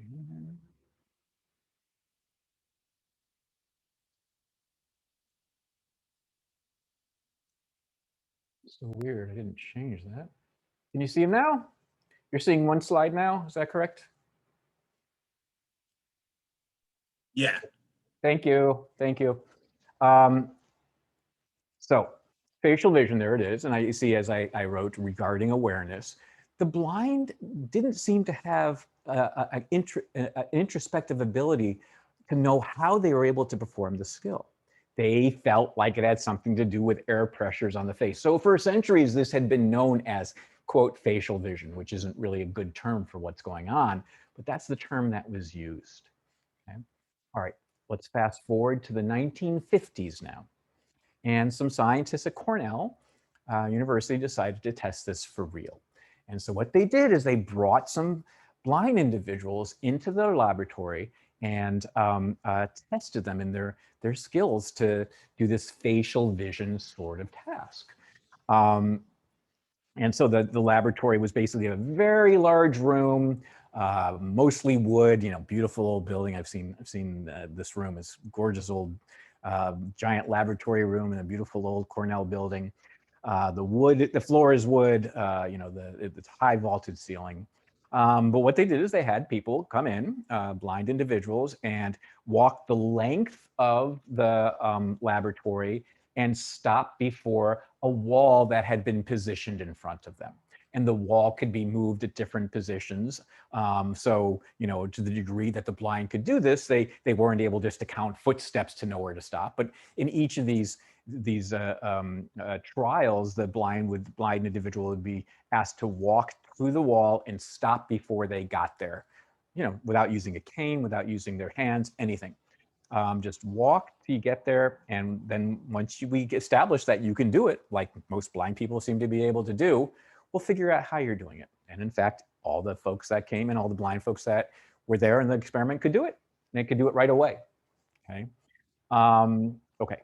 So the first thing they decided to do was to see if they disrupted the air pressures on the face, like the blind individuals thought they might be doing it, if that would be disruptive. So what they did is they had them wear, I guess, some sort of kind of rigid mask. So it potentially prevented any air currents to be felt on the skin of the face, and then asked them to perform the task. Lo and behold, they were still able to walk down to the wall and stop before they got there without hurting themselves, without using their hands, even though they had things covering their face, so they potentially couldn't feel any of the air currents. said, oh, well, maybe something's kind of sneaking through. Maybe it's not air currents on the face. Maybe it's air currents on the top of maybe around the neck or the arms or something. So let's mess with that. I think what they did for that purpose is they had them continue to wear the mask, and then they put a fan there. So it kind of, kind of mixed the air currents around. They put a fan near where the wall was. So that would kind of disrupt any air currents that, the blind individual might be feeling on their skin as they got close to the wall. And lo and behold, they were still able to perform the task. And they tried a number of different things. They had them wear, kind of clothing that was kind of thick, so they couldn't, feel air currents on their arms or their shoulders or anything like that. Yeah, it wasn't doing a thing. All the blind could do it without a problem. And then the story is, at one point, one of the blind subjects said, listen, I'll continue to be in your experiment. It's interesting to me, but my feet are getting so tired. Can I do the next trials with my shoes off? I said, sure. Let me tell you a little bit about shoes back in the 1950s. I know these days everyone wears sneakers or rubber-soled shoes, sandals, whatever, right? But back then everyone wore hard-soled shoes, like the type you wear when you get dressed up, right? So shoes that make a sound, and especially shoes that make a sound when when one is walking on a hard wooden floor. That's a sound that was made every time a blind subject walked down to the wall. This first subject, though, who took off their shoes, when then asked to walk down to the wall, was not able to perform the task well. In fact, the first time they did that, they hit the wall a little bit. I mean, they had their hands out, they weren't hurt or anything like that, but they nudged the wall. Wait, why aren't you able to do this? And they found that even if they took off the mask and they stopped the fan and took off the thick clothing, so they were then able to potentially feel the air currents, they still couldn't perform the task without their shoes on. What in the world would that have to do with this skill? Well, you know the story, right? I mean, you know how this is going. They quickly realized that the sound of the person's shoes against the hard floor was part of how they were able to do this. So they tested this with other blind people. They asked them to take off their shoes. They put carpeting down on the ground, and they found that without the reflected footsteps, the sound of the footsteps reflecting off of the wall coming back to their ears, they were unable to perform this facial vision type of task. Well, here's where I'm going to go back to this awareness issue. Again, there's no doubt this has been studied for, 70 years or whatever. We know this is done through sound. But blind individuals typically do not experience this as something that they are doing through sound. And in fact, Daniel Kish, who you'll meet again in just a second, if you asked him before he learned about echolocation, how he thought he was able to do this, he said, I don't know, I just had a sense that something was large, something was larger in front of me, maybe something on my skin, I don't know. And then I'll tell you how he learned about it. He learned about it in the undergraduate UCR perception course, not mine, somebody, colleagues. He learned about human echolocation. And at that point, he learned that that's how he was doing it this entire time. And he was by then, 19 or 20 or something like that. He didn't know how he was able to do it. He just knew he was able to perform this skill. So it's really interesting because if anybody should have an awareness of the sensory channel with which they're performing a skill, you would think it would be an expert blind individual, but they don't have that awareness. They're perceiving something through sound without experiencing it as sound, which I think is a really important lesson for how this whole course is going to be discussed. Many of these skills are coming through our eyes and ears and skin or nose and tongue without us necessarily experiencing the skills through these individual channels. This is what's making these skills implicit, right? We don't have conscious access to how these things are done, which is interesting. Okay. Once Dan was taught about this, okay, he then started becoming very, very aware that he was using sound. In fact, he, if you ask him, you say, I thought sound might have part to do with it because, he realized that if he was talking, he was able to perform this well. He then started making clicks when he was like a teenager, like something like that. Can you hear that okay? Something like that. He was able to get a sense of where things were. So he thought he might have to do with sound, but he still didn't experience it as sound per se. Okay. But it is through sound. We're absolutely certain through that. And it typically, and it has to do with reflections, okay, that are created by the individual themselves, whether it is through footsteps, but it doesn't have to be through footsteps. In fact, when you see a blind individual using a white cane like this, one of the ways that they're using it is to create sound. Can I make sound? That's me banging this bottom part of the cane against a hard surface. There's another hard surface. Can you hear this? Right? And what that's doing is it's creating a sound that emanates from where that contact is, goes around an environment, and then provides information for where things in the environment are through the reflections of those sounds. Okay. This tip is designed especially for the purpose of a white cane for a blind individual for two reasons. It allows for there to be a kind of a touch sensitivity. This is a touch tool like we talked about before. When you're touching different surfaces, whether it's a soft surface like the grass or a hard surface like it's pavement, but it's also designed to make a very good loud clicking sound. Okay, metal, very hard metal here, and it's pretty thick. So what it allows is for a very nice clicky sound. I don't know how well you can hear those sounds actually, depending on how my mic is set. But it is a very, very useful sound. And so, yes, we now know that the blind use that sound. Some people, like Daniel Kish, uses mouth clicks for this purpose. Daniel is an expert. I guess we can say he's an expert because he can bike ride.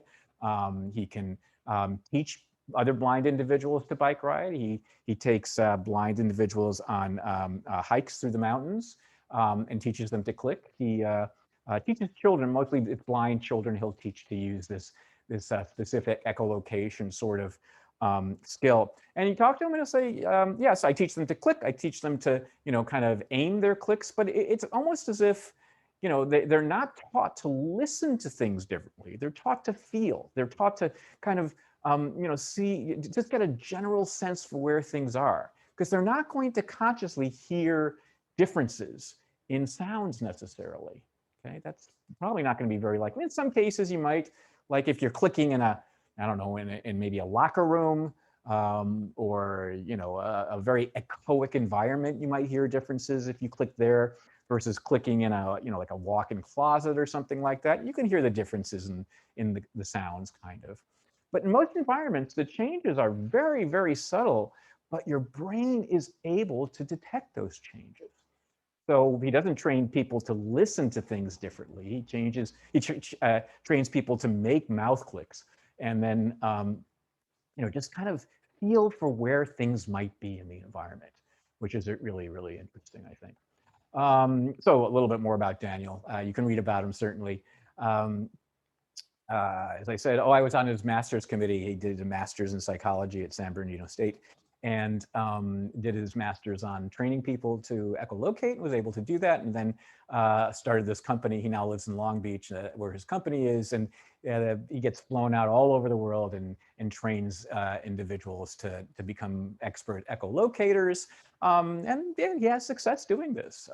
It does take a lot of practice. It has to be one of probably the person's main way of navigating. So when he's training a child to do this, he'll tell them not to use a cane or to use a dog, just to try to use this as their main way of doing it. He's able to train these kids to get pretty good.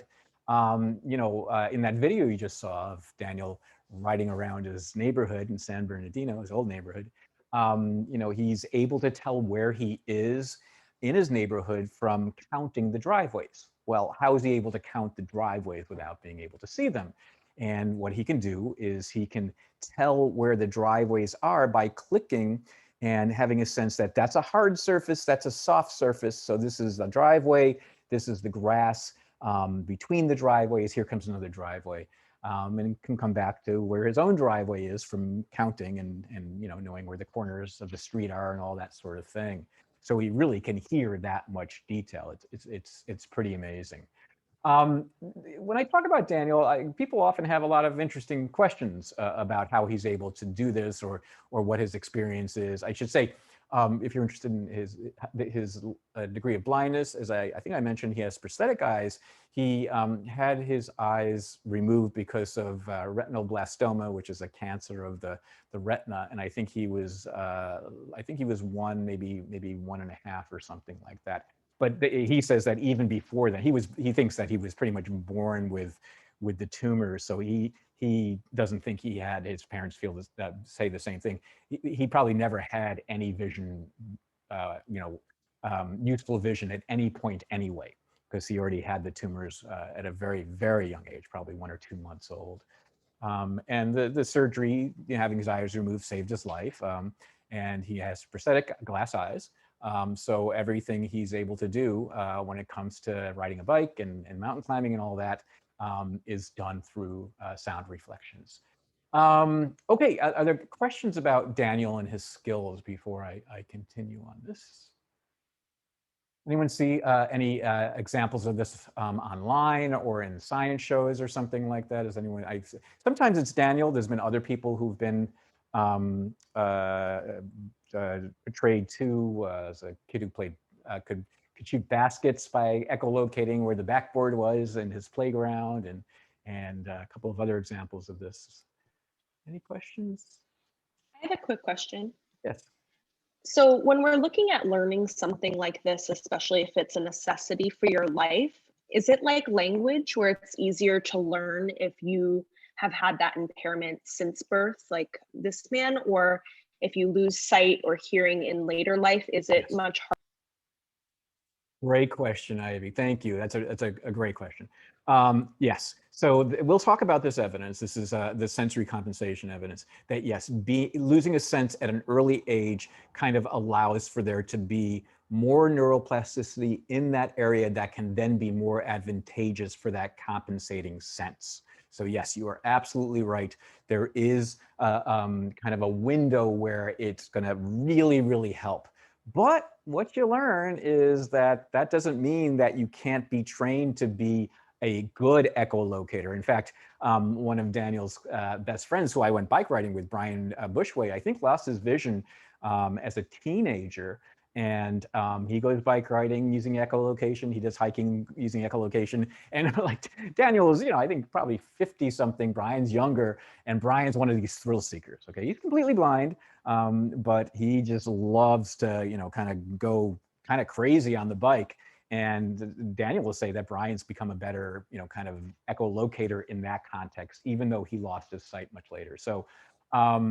For the most part, yes, you do see the most dramatic brain changes and therefore most dramatic behavioral changes if the impairment is at a younger age.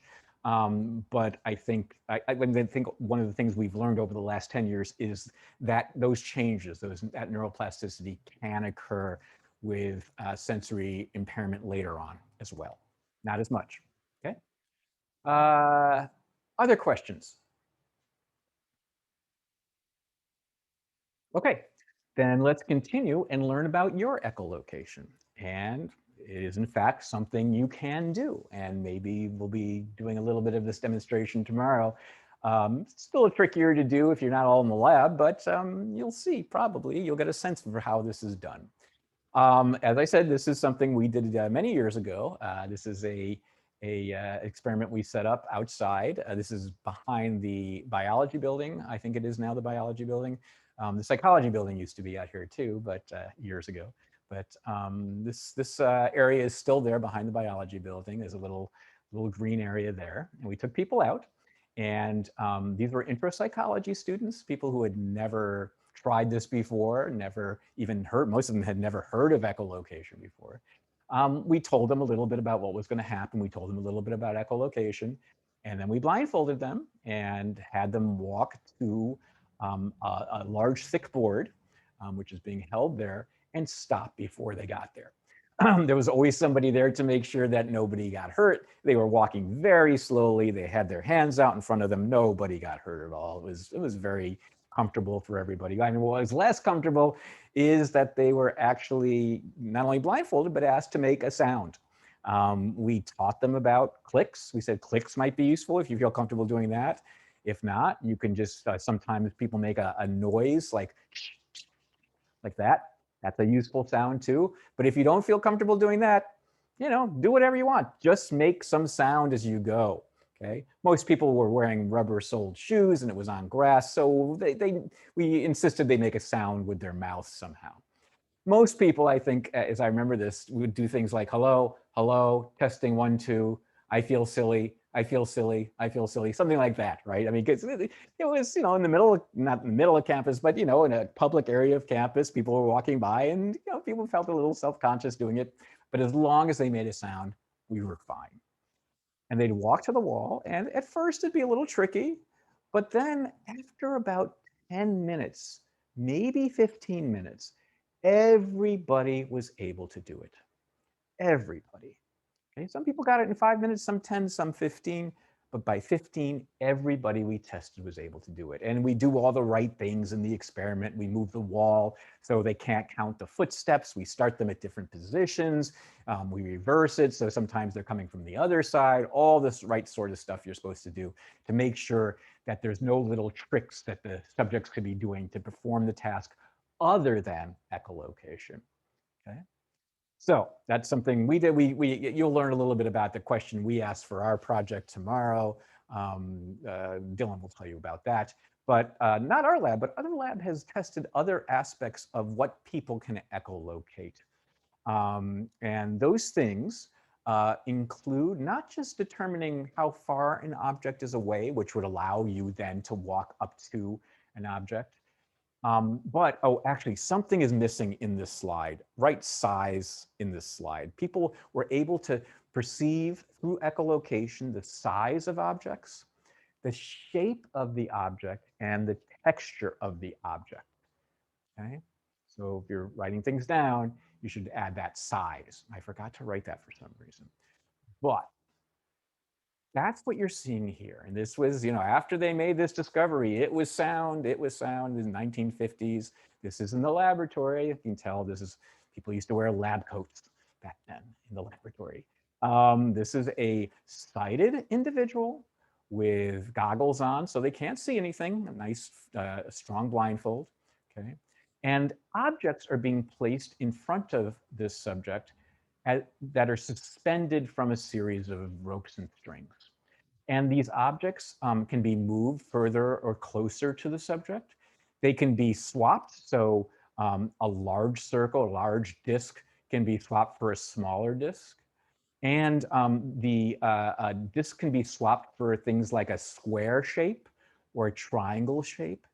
And in addition to that, the disk can be, what is this, probably a wooden disk, can be swapped for a metal disk, the same size and distance, or a disk that's covered in some sort of material like carpeting. And the job of the subject is to say, okay, echolocate, make your sound, whether it's a click or a noise or a testing 1, 2, and tell us what shape, distance, size, and material object is in front of you. And with a little training, a little feedback, okay, they can say it's the large disk this time, okay? It's the large disk. Oops, sorry, what's going on here? Yeah, it's the large disk, and it's about 2 feet away from me, 2 or 3 feet away from me, and it's covered with carpeting this time. And they're not perfect, but they're better than chance, much better than guessing, certainly. They learn to do this. The blind are better, okay? But sighted individuals who are blindfolded can learn to do this, which is pretty darn amazing, okay? As you'll learn tomorrow, You'll learn about whether or not it helps to be moving. Oops, shoot, what happened? Yeah, whether it helps to be moving or standing still when you're doing it. And you'll see some evidence that suggests it might be better in one of these states than another, either moving or stationary. You'll learn that tomorrow. Okay. But it's pretty amazing what people can do, whether they're blind from birth, blind later on, or even sighted and blindfolded. It does take some practice to get good enough as a blindfolded person, but it is something that can be done. Okay. Cool. If there's any questions about this as we go on, just either put them up on the chat or let me know. I'll be happy to do that. But we can move on now and talk about the type of sound information that might be usable for this. Okay. What are people doing so that they can use the, I'm sorry, what is the acoustic information, the sound information that allows this? Okay. And I'm going to be talking about this as being information that's available to a stationary or a moving listener, whether you're moving forward as you're doing this echolocation or just standing still and doing the echolocation. All of these types of information I'm going to be talking about, all these acoustic dimensions I'm going to be talking about are useful to both those situations, either standing still or moving towards the wall as you're coming in. So what might be available to listeners? Okay, well, think about what happens. I make a sound, a clicking sound, or I'll use the noise sound since it's easier for me to make and it's louder probably in the microphone. Something like that. That sound leaves my mouth and goes to a wall. Here, we'll use this, we'll use my book as the wall. Yeah, okay. It leaves my mouth, hits the wall, and then comes back to my ears, right? And if the wall is very close, okay, it comes back faster. If it's further away, I'm looking at my own image to make sure you can still see this. I can't. Hold on a second. Let's see. All right. Yeah, there, good. It takes longer to come back the further away it is. Now, of course, we're talking about much greater distances than this, but I just wanted to have a wall up here so you had a sense. So the further something is away, the longer it takes for the sound to go out to the object and then come back, right? One more time. Right back. Takes longer. And that's exaggerated when we're talking about walls that are at a longer distance, like outside, right? So what we're talking about here is basically the time delay of the reflected sound. How long does the sound take to get back to my ears? I know that the longer, my brain will know that the longer it takes the sound to get back, the further away the object is, right? So if you think back to the previous slide with the picture there, as the subject is very far away from that wall, right, that sound will take longer to go out, hit the object, and return. The closer they get, the less time it takes. The time delay of the reflected sound decreases as you get closer to the wall. And we know bats are using the sound this way, and we have a sense that people's brains also use the sound this way. Again, it's not something we're conscious of, right? We don't hear that, we don't consciously hear that sound delay, right? But our brains seem to be able to use that information, okay? It's useful, that sound delay, that time delay of the returning sound is useful up to a point. However, when you get within 2 meters of the wall, of the object that you're echolocating, our brains aren't able to actually discriminate changes in the returning sound's time at that point. So as long as the wall's far enough away, I'm like, okay, I'm a subject now in this experiment, and the wall's, say 8 feet, 10 feet in front of me, okay? I can make my sound, and from this position, it comes back, and my brain can then tell roughly how far away the wall is. As I then move closer, say to within now 6 feet, I make my sound, and the sound comes back faster, so I know that the wall is probably closer, and I can keep doing that. But when I'm close to the wall within 2 meters, okay, whatever that is, what is it, 6 feet, 5 feet, something like that, right? At that point, my brain doesn't have the resolving power. It doesn't have the sensitivity to hear differences in the time returning anymore. It's just too fast. The sound's coming back too fast. I can't really tell differences whether I'm 2 meters away, 1 meter away, or closer, okay? My brain can't use that cue, can't use that sound cue. Now, clearly, you know, the blind and sighted folks can get within 2 meters and stop, so it's got to be doing it somehow. We'll talk about how it might be done, but it doesn't seem to be done by the brain's kind of processing of the time delay of the reflected sound. What else might be a useful sort of cue for this type of thing? Well, when I make my sound, okay, it leaves my mouth, goes to the wall, comes back, as you know, and its distance to the wall is going to affect the time delay, but it's going to affect something else. Because what happens when you get further from a sound, okay?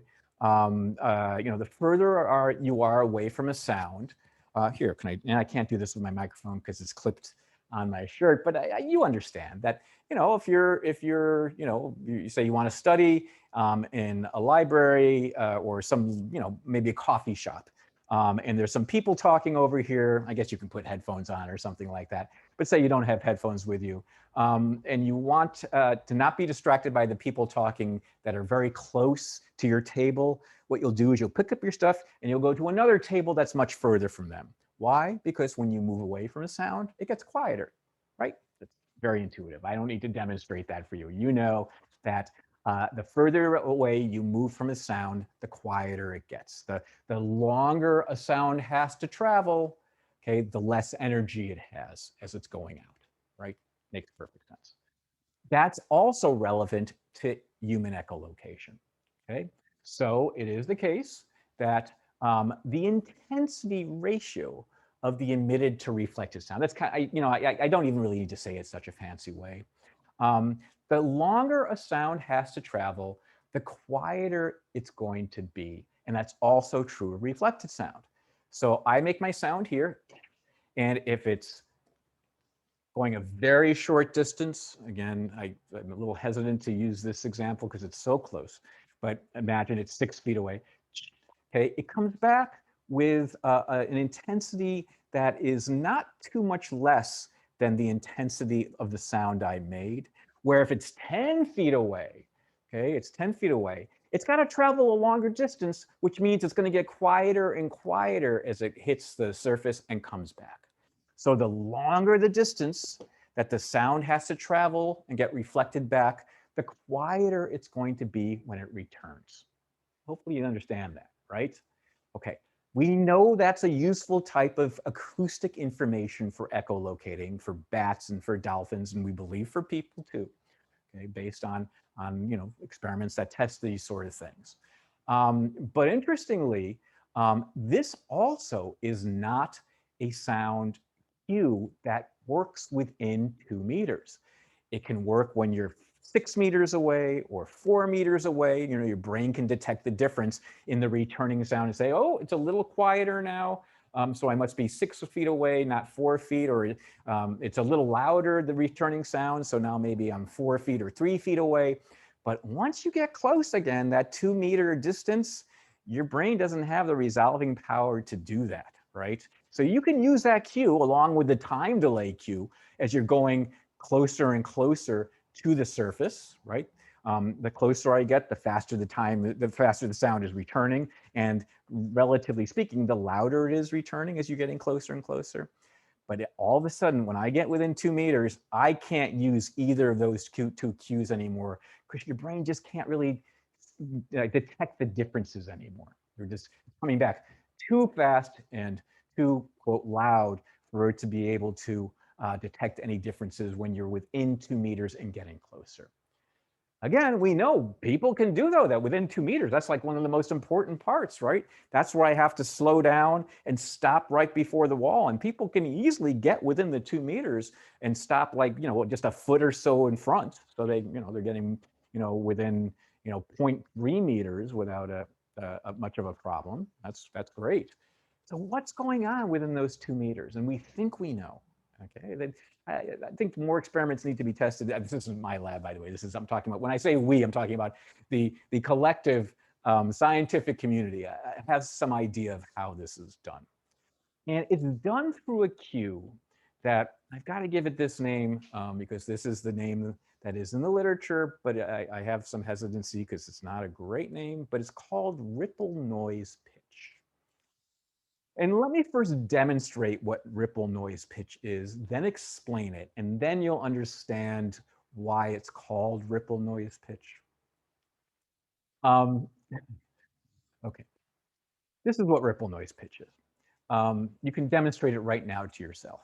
If you want to, you shouldn't be embarrassed. You're home alone, or hopefully whoever you're with isn't going to make fun of you. Okay. You can put your hand here in front of your face and make this type of sound. So it's kind of a constant noise sound.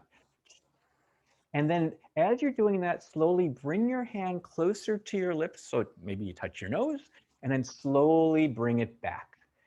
So it sounds like this.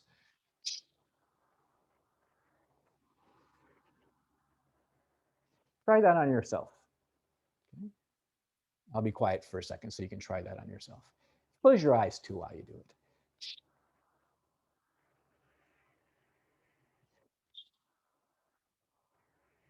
Okay. I bet you can even hear it when I do it. Is my mic picking that up? It probably is. You can hear the sound change as your hand gets closer.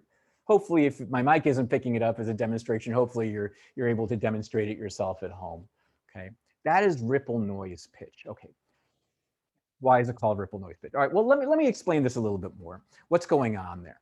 What's going on there is basically the sound that you're making is being interfered with by the sound that's reflecting. Okay, so here's how I like to think about it. And here's how you can demonstrate it yourself tonight if you like.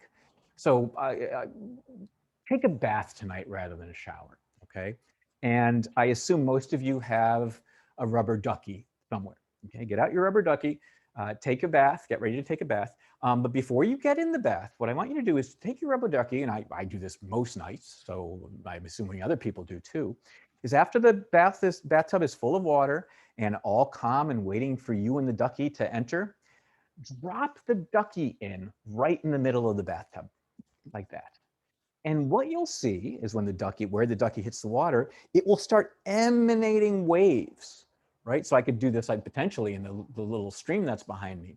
But the ducky, right where the ducky is, it will start, where he hits the water, will start emanating waves out to the side of the bathtub. And then waves will be reflected off of the side of the bathtub and come back.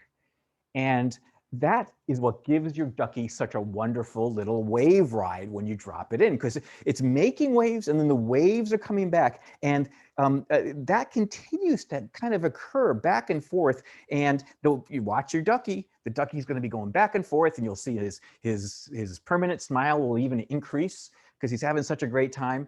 And basically what's happening there is that the waves the ducky is making, and he'll continue to make waves because he's going up and down, by the way, those waves that are emanating from the ducky's butt, okay, from where he's hitting the water, will kind of go out, hit the side of the inside of the bathtub, come back, and there'll be an interference between the ripples of the waves the ducky's making and the ripples that are coming back from the inside of the bathtub.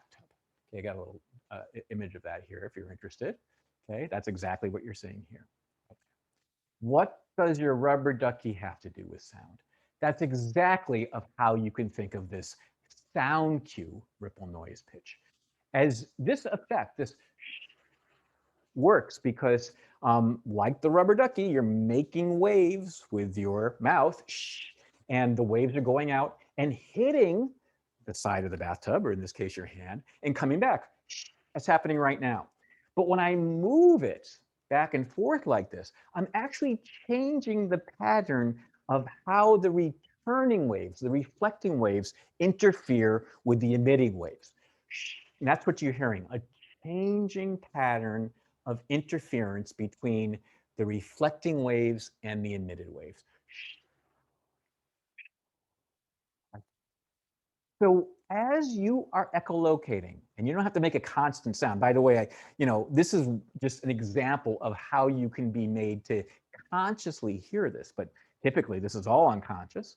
You're going click, click, or as you're within 2 meters, it seems to pretty much only work within 2 meters, your brain is detecting the changing interference patterns between the reflecting waves of the wall and the emitted waves of your mouth. Your brain can detect, your brain's very sensitive here, and can detect how those patterns of interference change. So it's the interference pattern between the emitted sound and reflected sound. And it seems to be, if not only, at least mostly useful only at distances less than 2 meters, okay?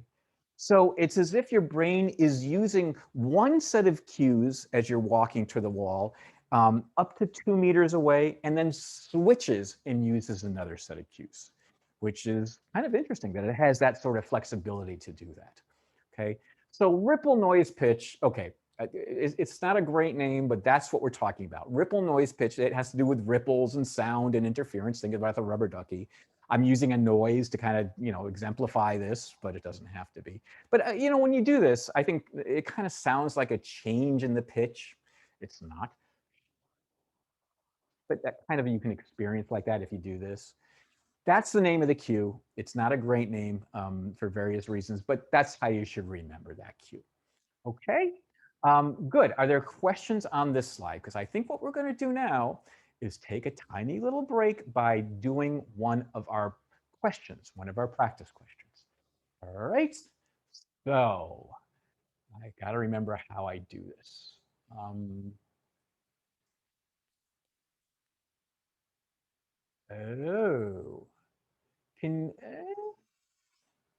Can you let me know if you can see this? Oh, shoot. I don't like how this works. Can you see this question? There's actually 2 questions here. Can you see this question? Just give me a thumbs up or a yes. Can you see this polling question I just put on the screen? Anyone? Oh, no. Okay. Launch poll. Okay. All right. Here we go. Can you see that one? Yes, it's working now. Okay. I don't actually want you to see more than one question, but that's okay. We can just concentrate on the first question. This is a question on your exam, okay? But I want to see how you're doing, how much you're learning. That first question is this: which of the following can be determined through echolocation? Is it object size, which would be A, I guess, or your first one, first choice, object distance, object texture, or D, all of the above? Okay, which of the following can be determined through echolocation? Object size, object distance, object texture, or all of the above? Go ahead and respond for me if you would. Uh-oh. Is it not? Can you not click on it? It gave us 3 questions, so we have to answer all 3 of them. Oh, you do? Oh my gosh. Just guess for the other ones. This is new. This didn't used to work like this. Last time, that was last fall, actually. Yeah, okay. All right.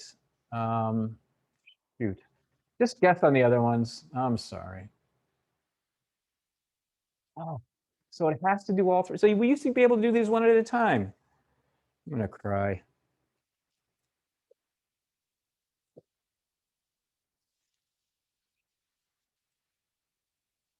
Okay.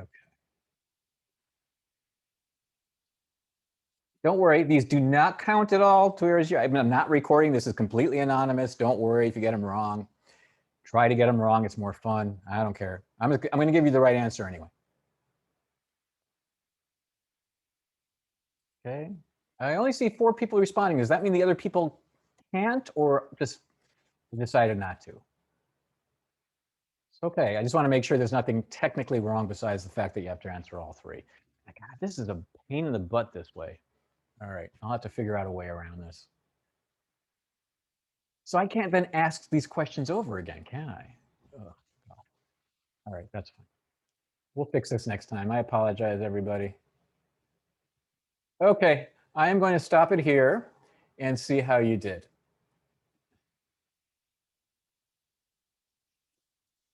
What is it giving me to do? Okay. All right, we're just going to talk about the first question, and then I'll ask the second question and the third question later on. Hopefully we'll be able to figure this out. The correct answer here was the most common answer, and that is D, or the fourth answer, all of the above.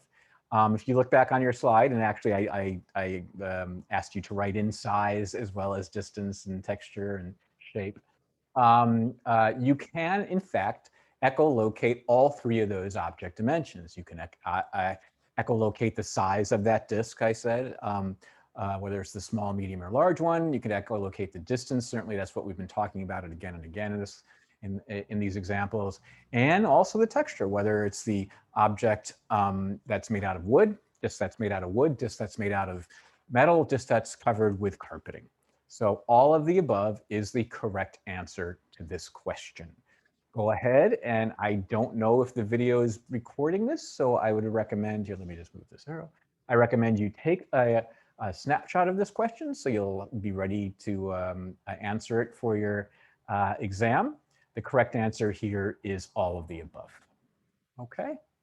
I will figure out how to do these questions one at a time next time. I apologize. They've changed this, but in a weird way. I think I figured out how to do this. Are there any questions on this? I see a few of you answer other things, but that's okay. Again, it's completely anonymous. I have no idea who's answering in what way. It has no bearing on your grade at all. Nothing gets recorded with regard to your, your identity in the course whatsoever. Okay, just wanting allow you to have some practice at these questions and to actually have a literal question for the exam. Okay, cool. Okay, let's continue. Oh, I'm supposed to share the results. Okay, I guess I can do this. Okay, there it is. So if I didn't allow you to take that question or to capture that question, hopefully that will allow you to capture that question with the screen capture. Okay, we'll see if they're recorded on the video, but hopefully it doesn't make too much of a difference if you're just taking a snapshot of your screen. Okay, cool. No questions on this? Okay, we have, let's see, we've got to end in 10 minutes. That's okay. We can get through the next slide, certainly. And then I'll save the next question. Well, let me just very quickly see what happens if I poll again. Stop sharing. If I stop sharing, hold on a sec. Oh, I can relaunch. Okay, I can relaunch these questions. That's good to know. Okay, but we won't do that right now. Instead, let's, we'll go back to those questions. So if you answer those other two questions, we'll make sure to cover them next class. Okay, let's talk a little bit about Daniel Kish as an expert echolocator. And again, Daniel is certainly not the only one. Brian Bushway is another one that you'll meet in you'll read about in the book. And there's many others around the world. But there's been research on these specific individuals to kind of understand what the potential is of the brain under the best circumstances to be able to do this. One thing they've learned with folks like Daniel and Brian is that their accuracy with regard to determining the location of an object is absolutely phenomenal. So there's Daniel, and here's the task. Okay, what the expert echolocators will be doing, they're completely blind, of course. They will be situated in front of this little apparatus you're seeing right here.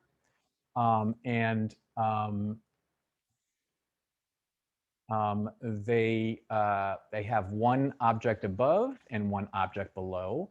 And the question will be, is the object above or below, I'm sorry, is the object above to the left or right above the object below? And what they do then is they kind of push this one over, the one above, along this bar here, at very small little shifts, tiny, tiny little shifts, away from the center. So they're lined up perfectly. And they'll do that and then ask Daniel to come on in and do his echolocating, and Daniel clicks. And he'll say, okay, the one above seems like it's a little bit to the left of the one below. Okay, they then maybe put headphones on him or something so he can't hear anything, and they shift this over a little bit, a tiny, tiny bit, and they say, okay, take the headphones off now, Daniel, and echolocate, tell us where the one on top is relative to the one on the bottom. And Daniel will go, say the one on the top now is a little bit to the right of the one on the bottom. And what this allows them to do, what allows the scientists to do, is to determine how precise they can echolocate the position of an object relative to another object. And here's how great they are at it. They are as good at performing this task as if you and I were seated in front of this apparatus and weren't echolocating, but just looking at these objects relative to each other and saying whether the one on the top was to the left or right relative to the one on the bottom. So if you or me or anybody who is a sighted subject were to sit down and to see these two objects, and we would, sometimes the objects would be right on top of each other. Sometimes the shift would be so tiny, you might not be able to tell by looking. And then you'd need a little bit more and then say, okay, yeah, the one on the top is now, for me, it's the one is a little bit to the right on the one on the bottom.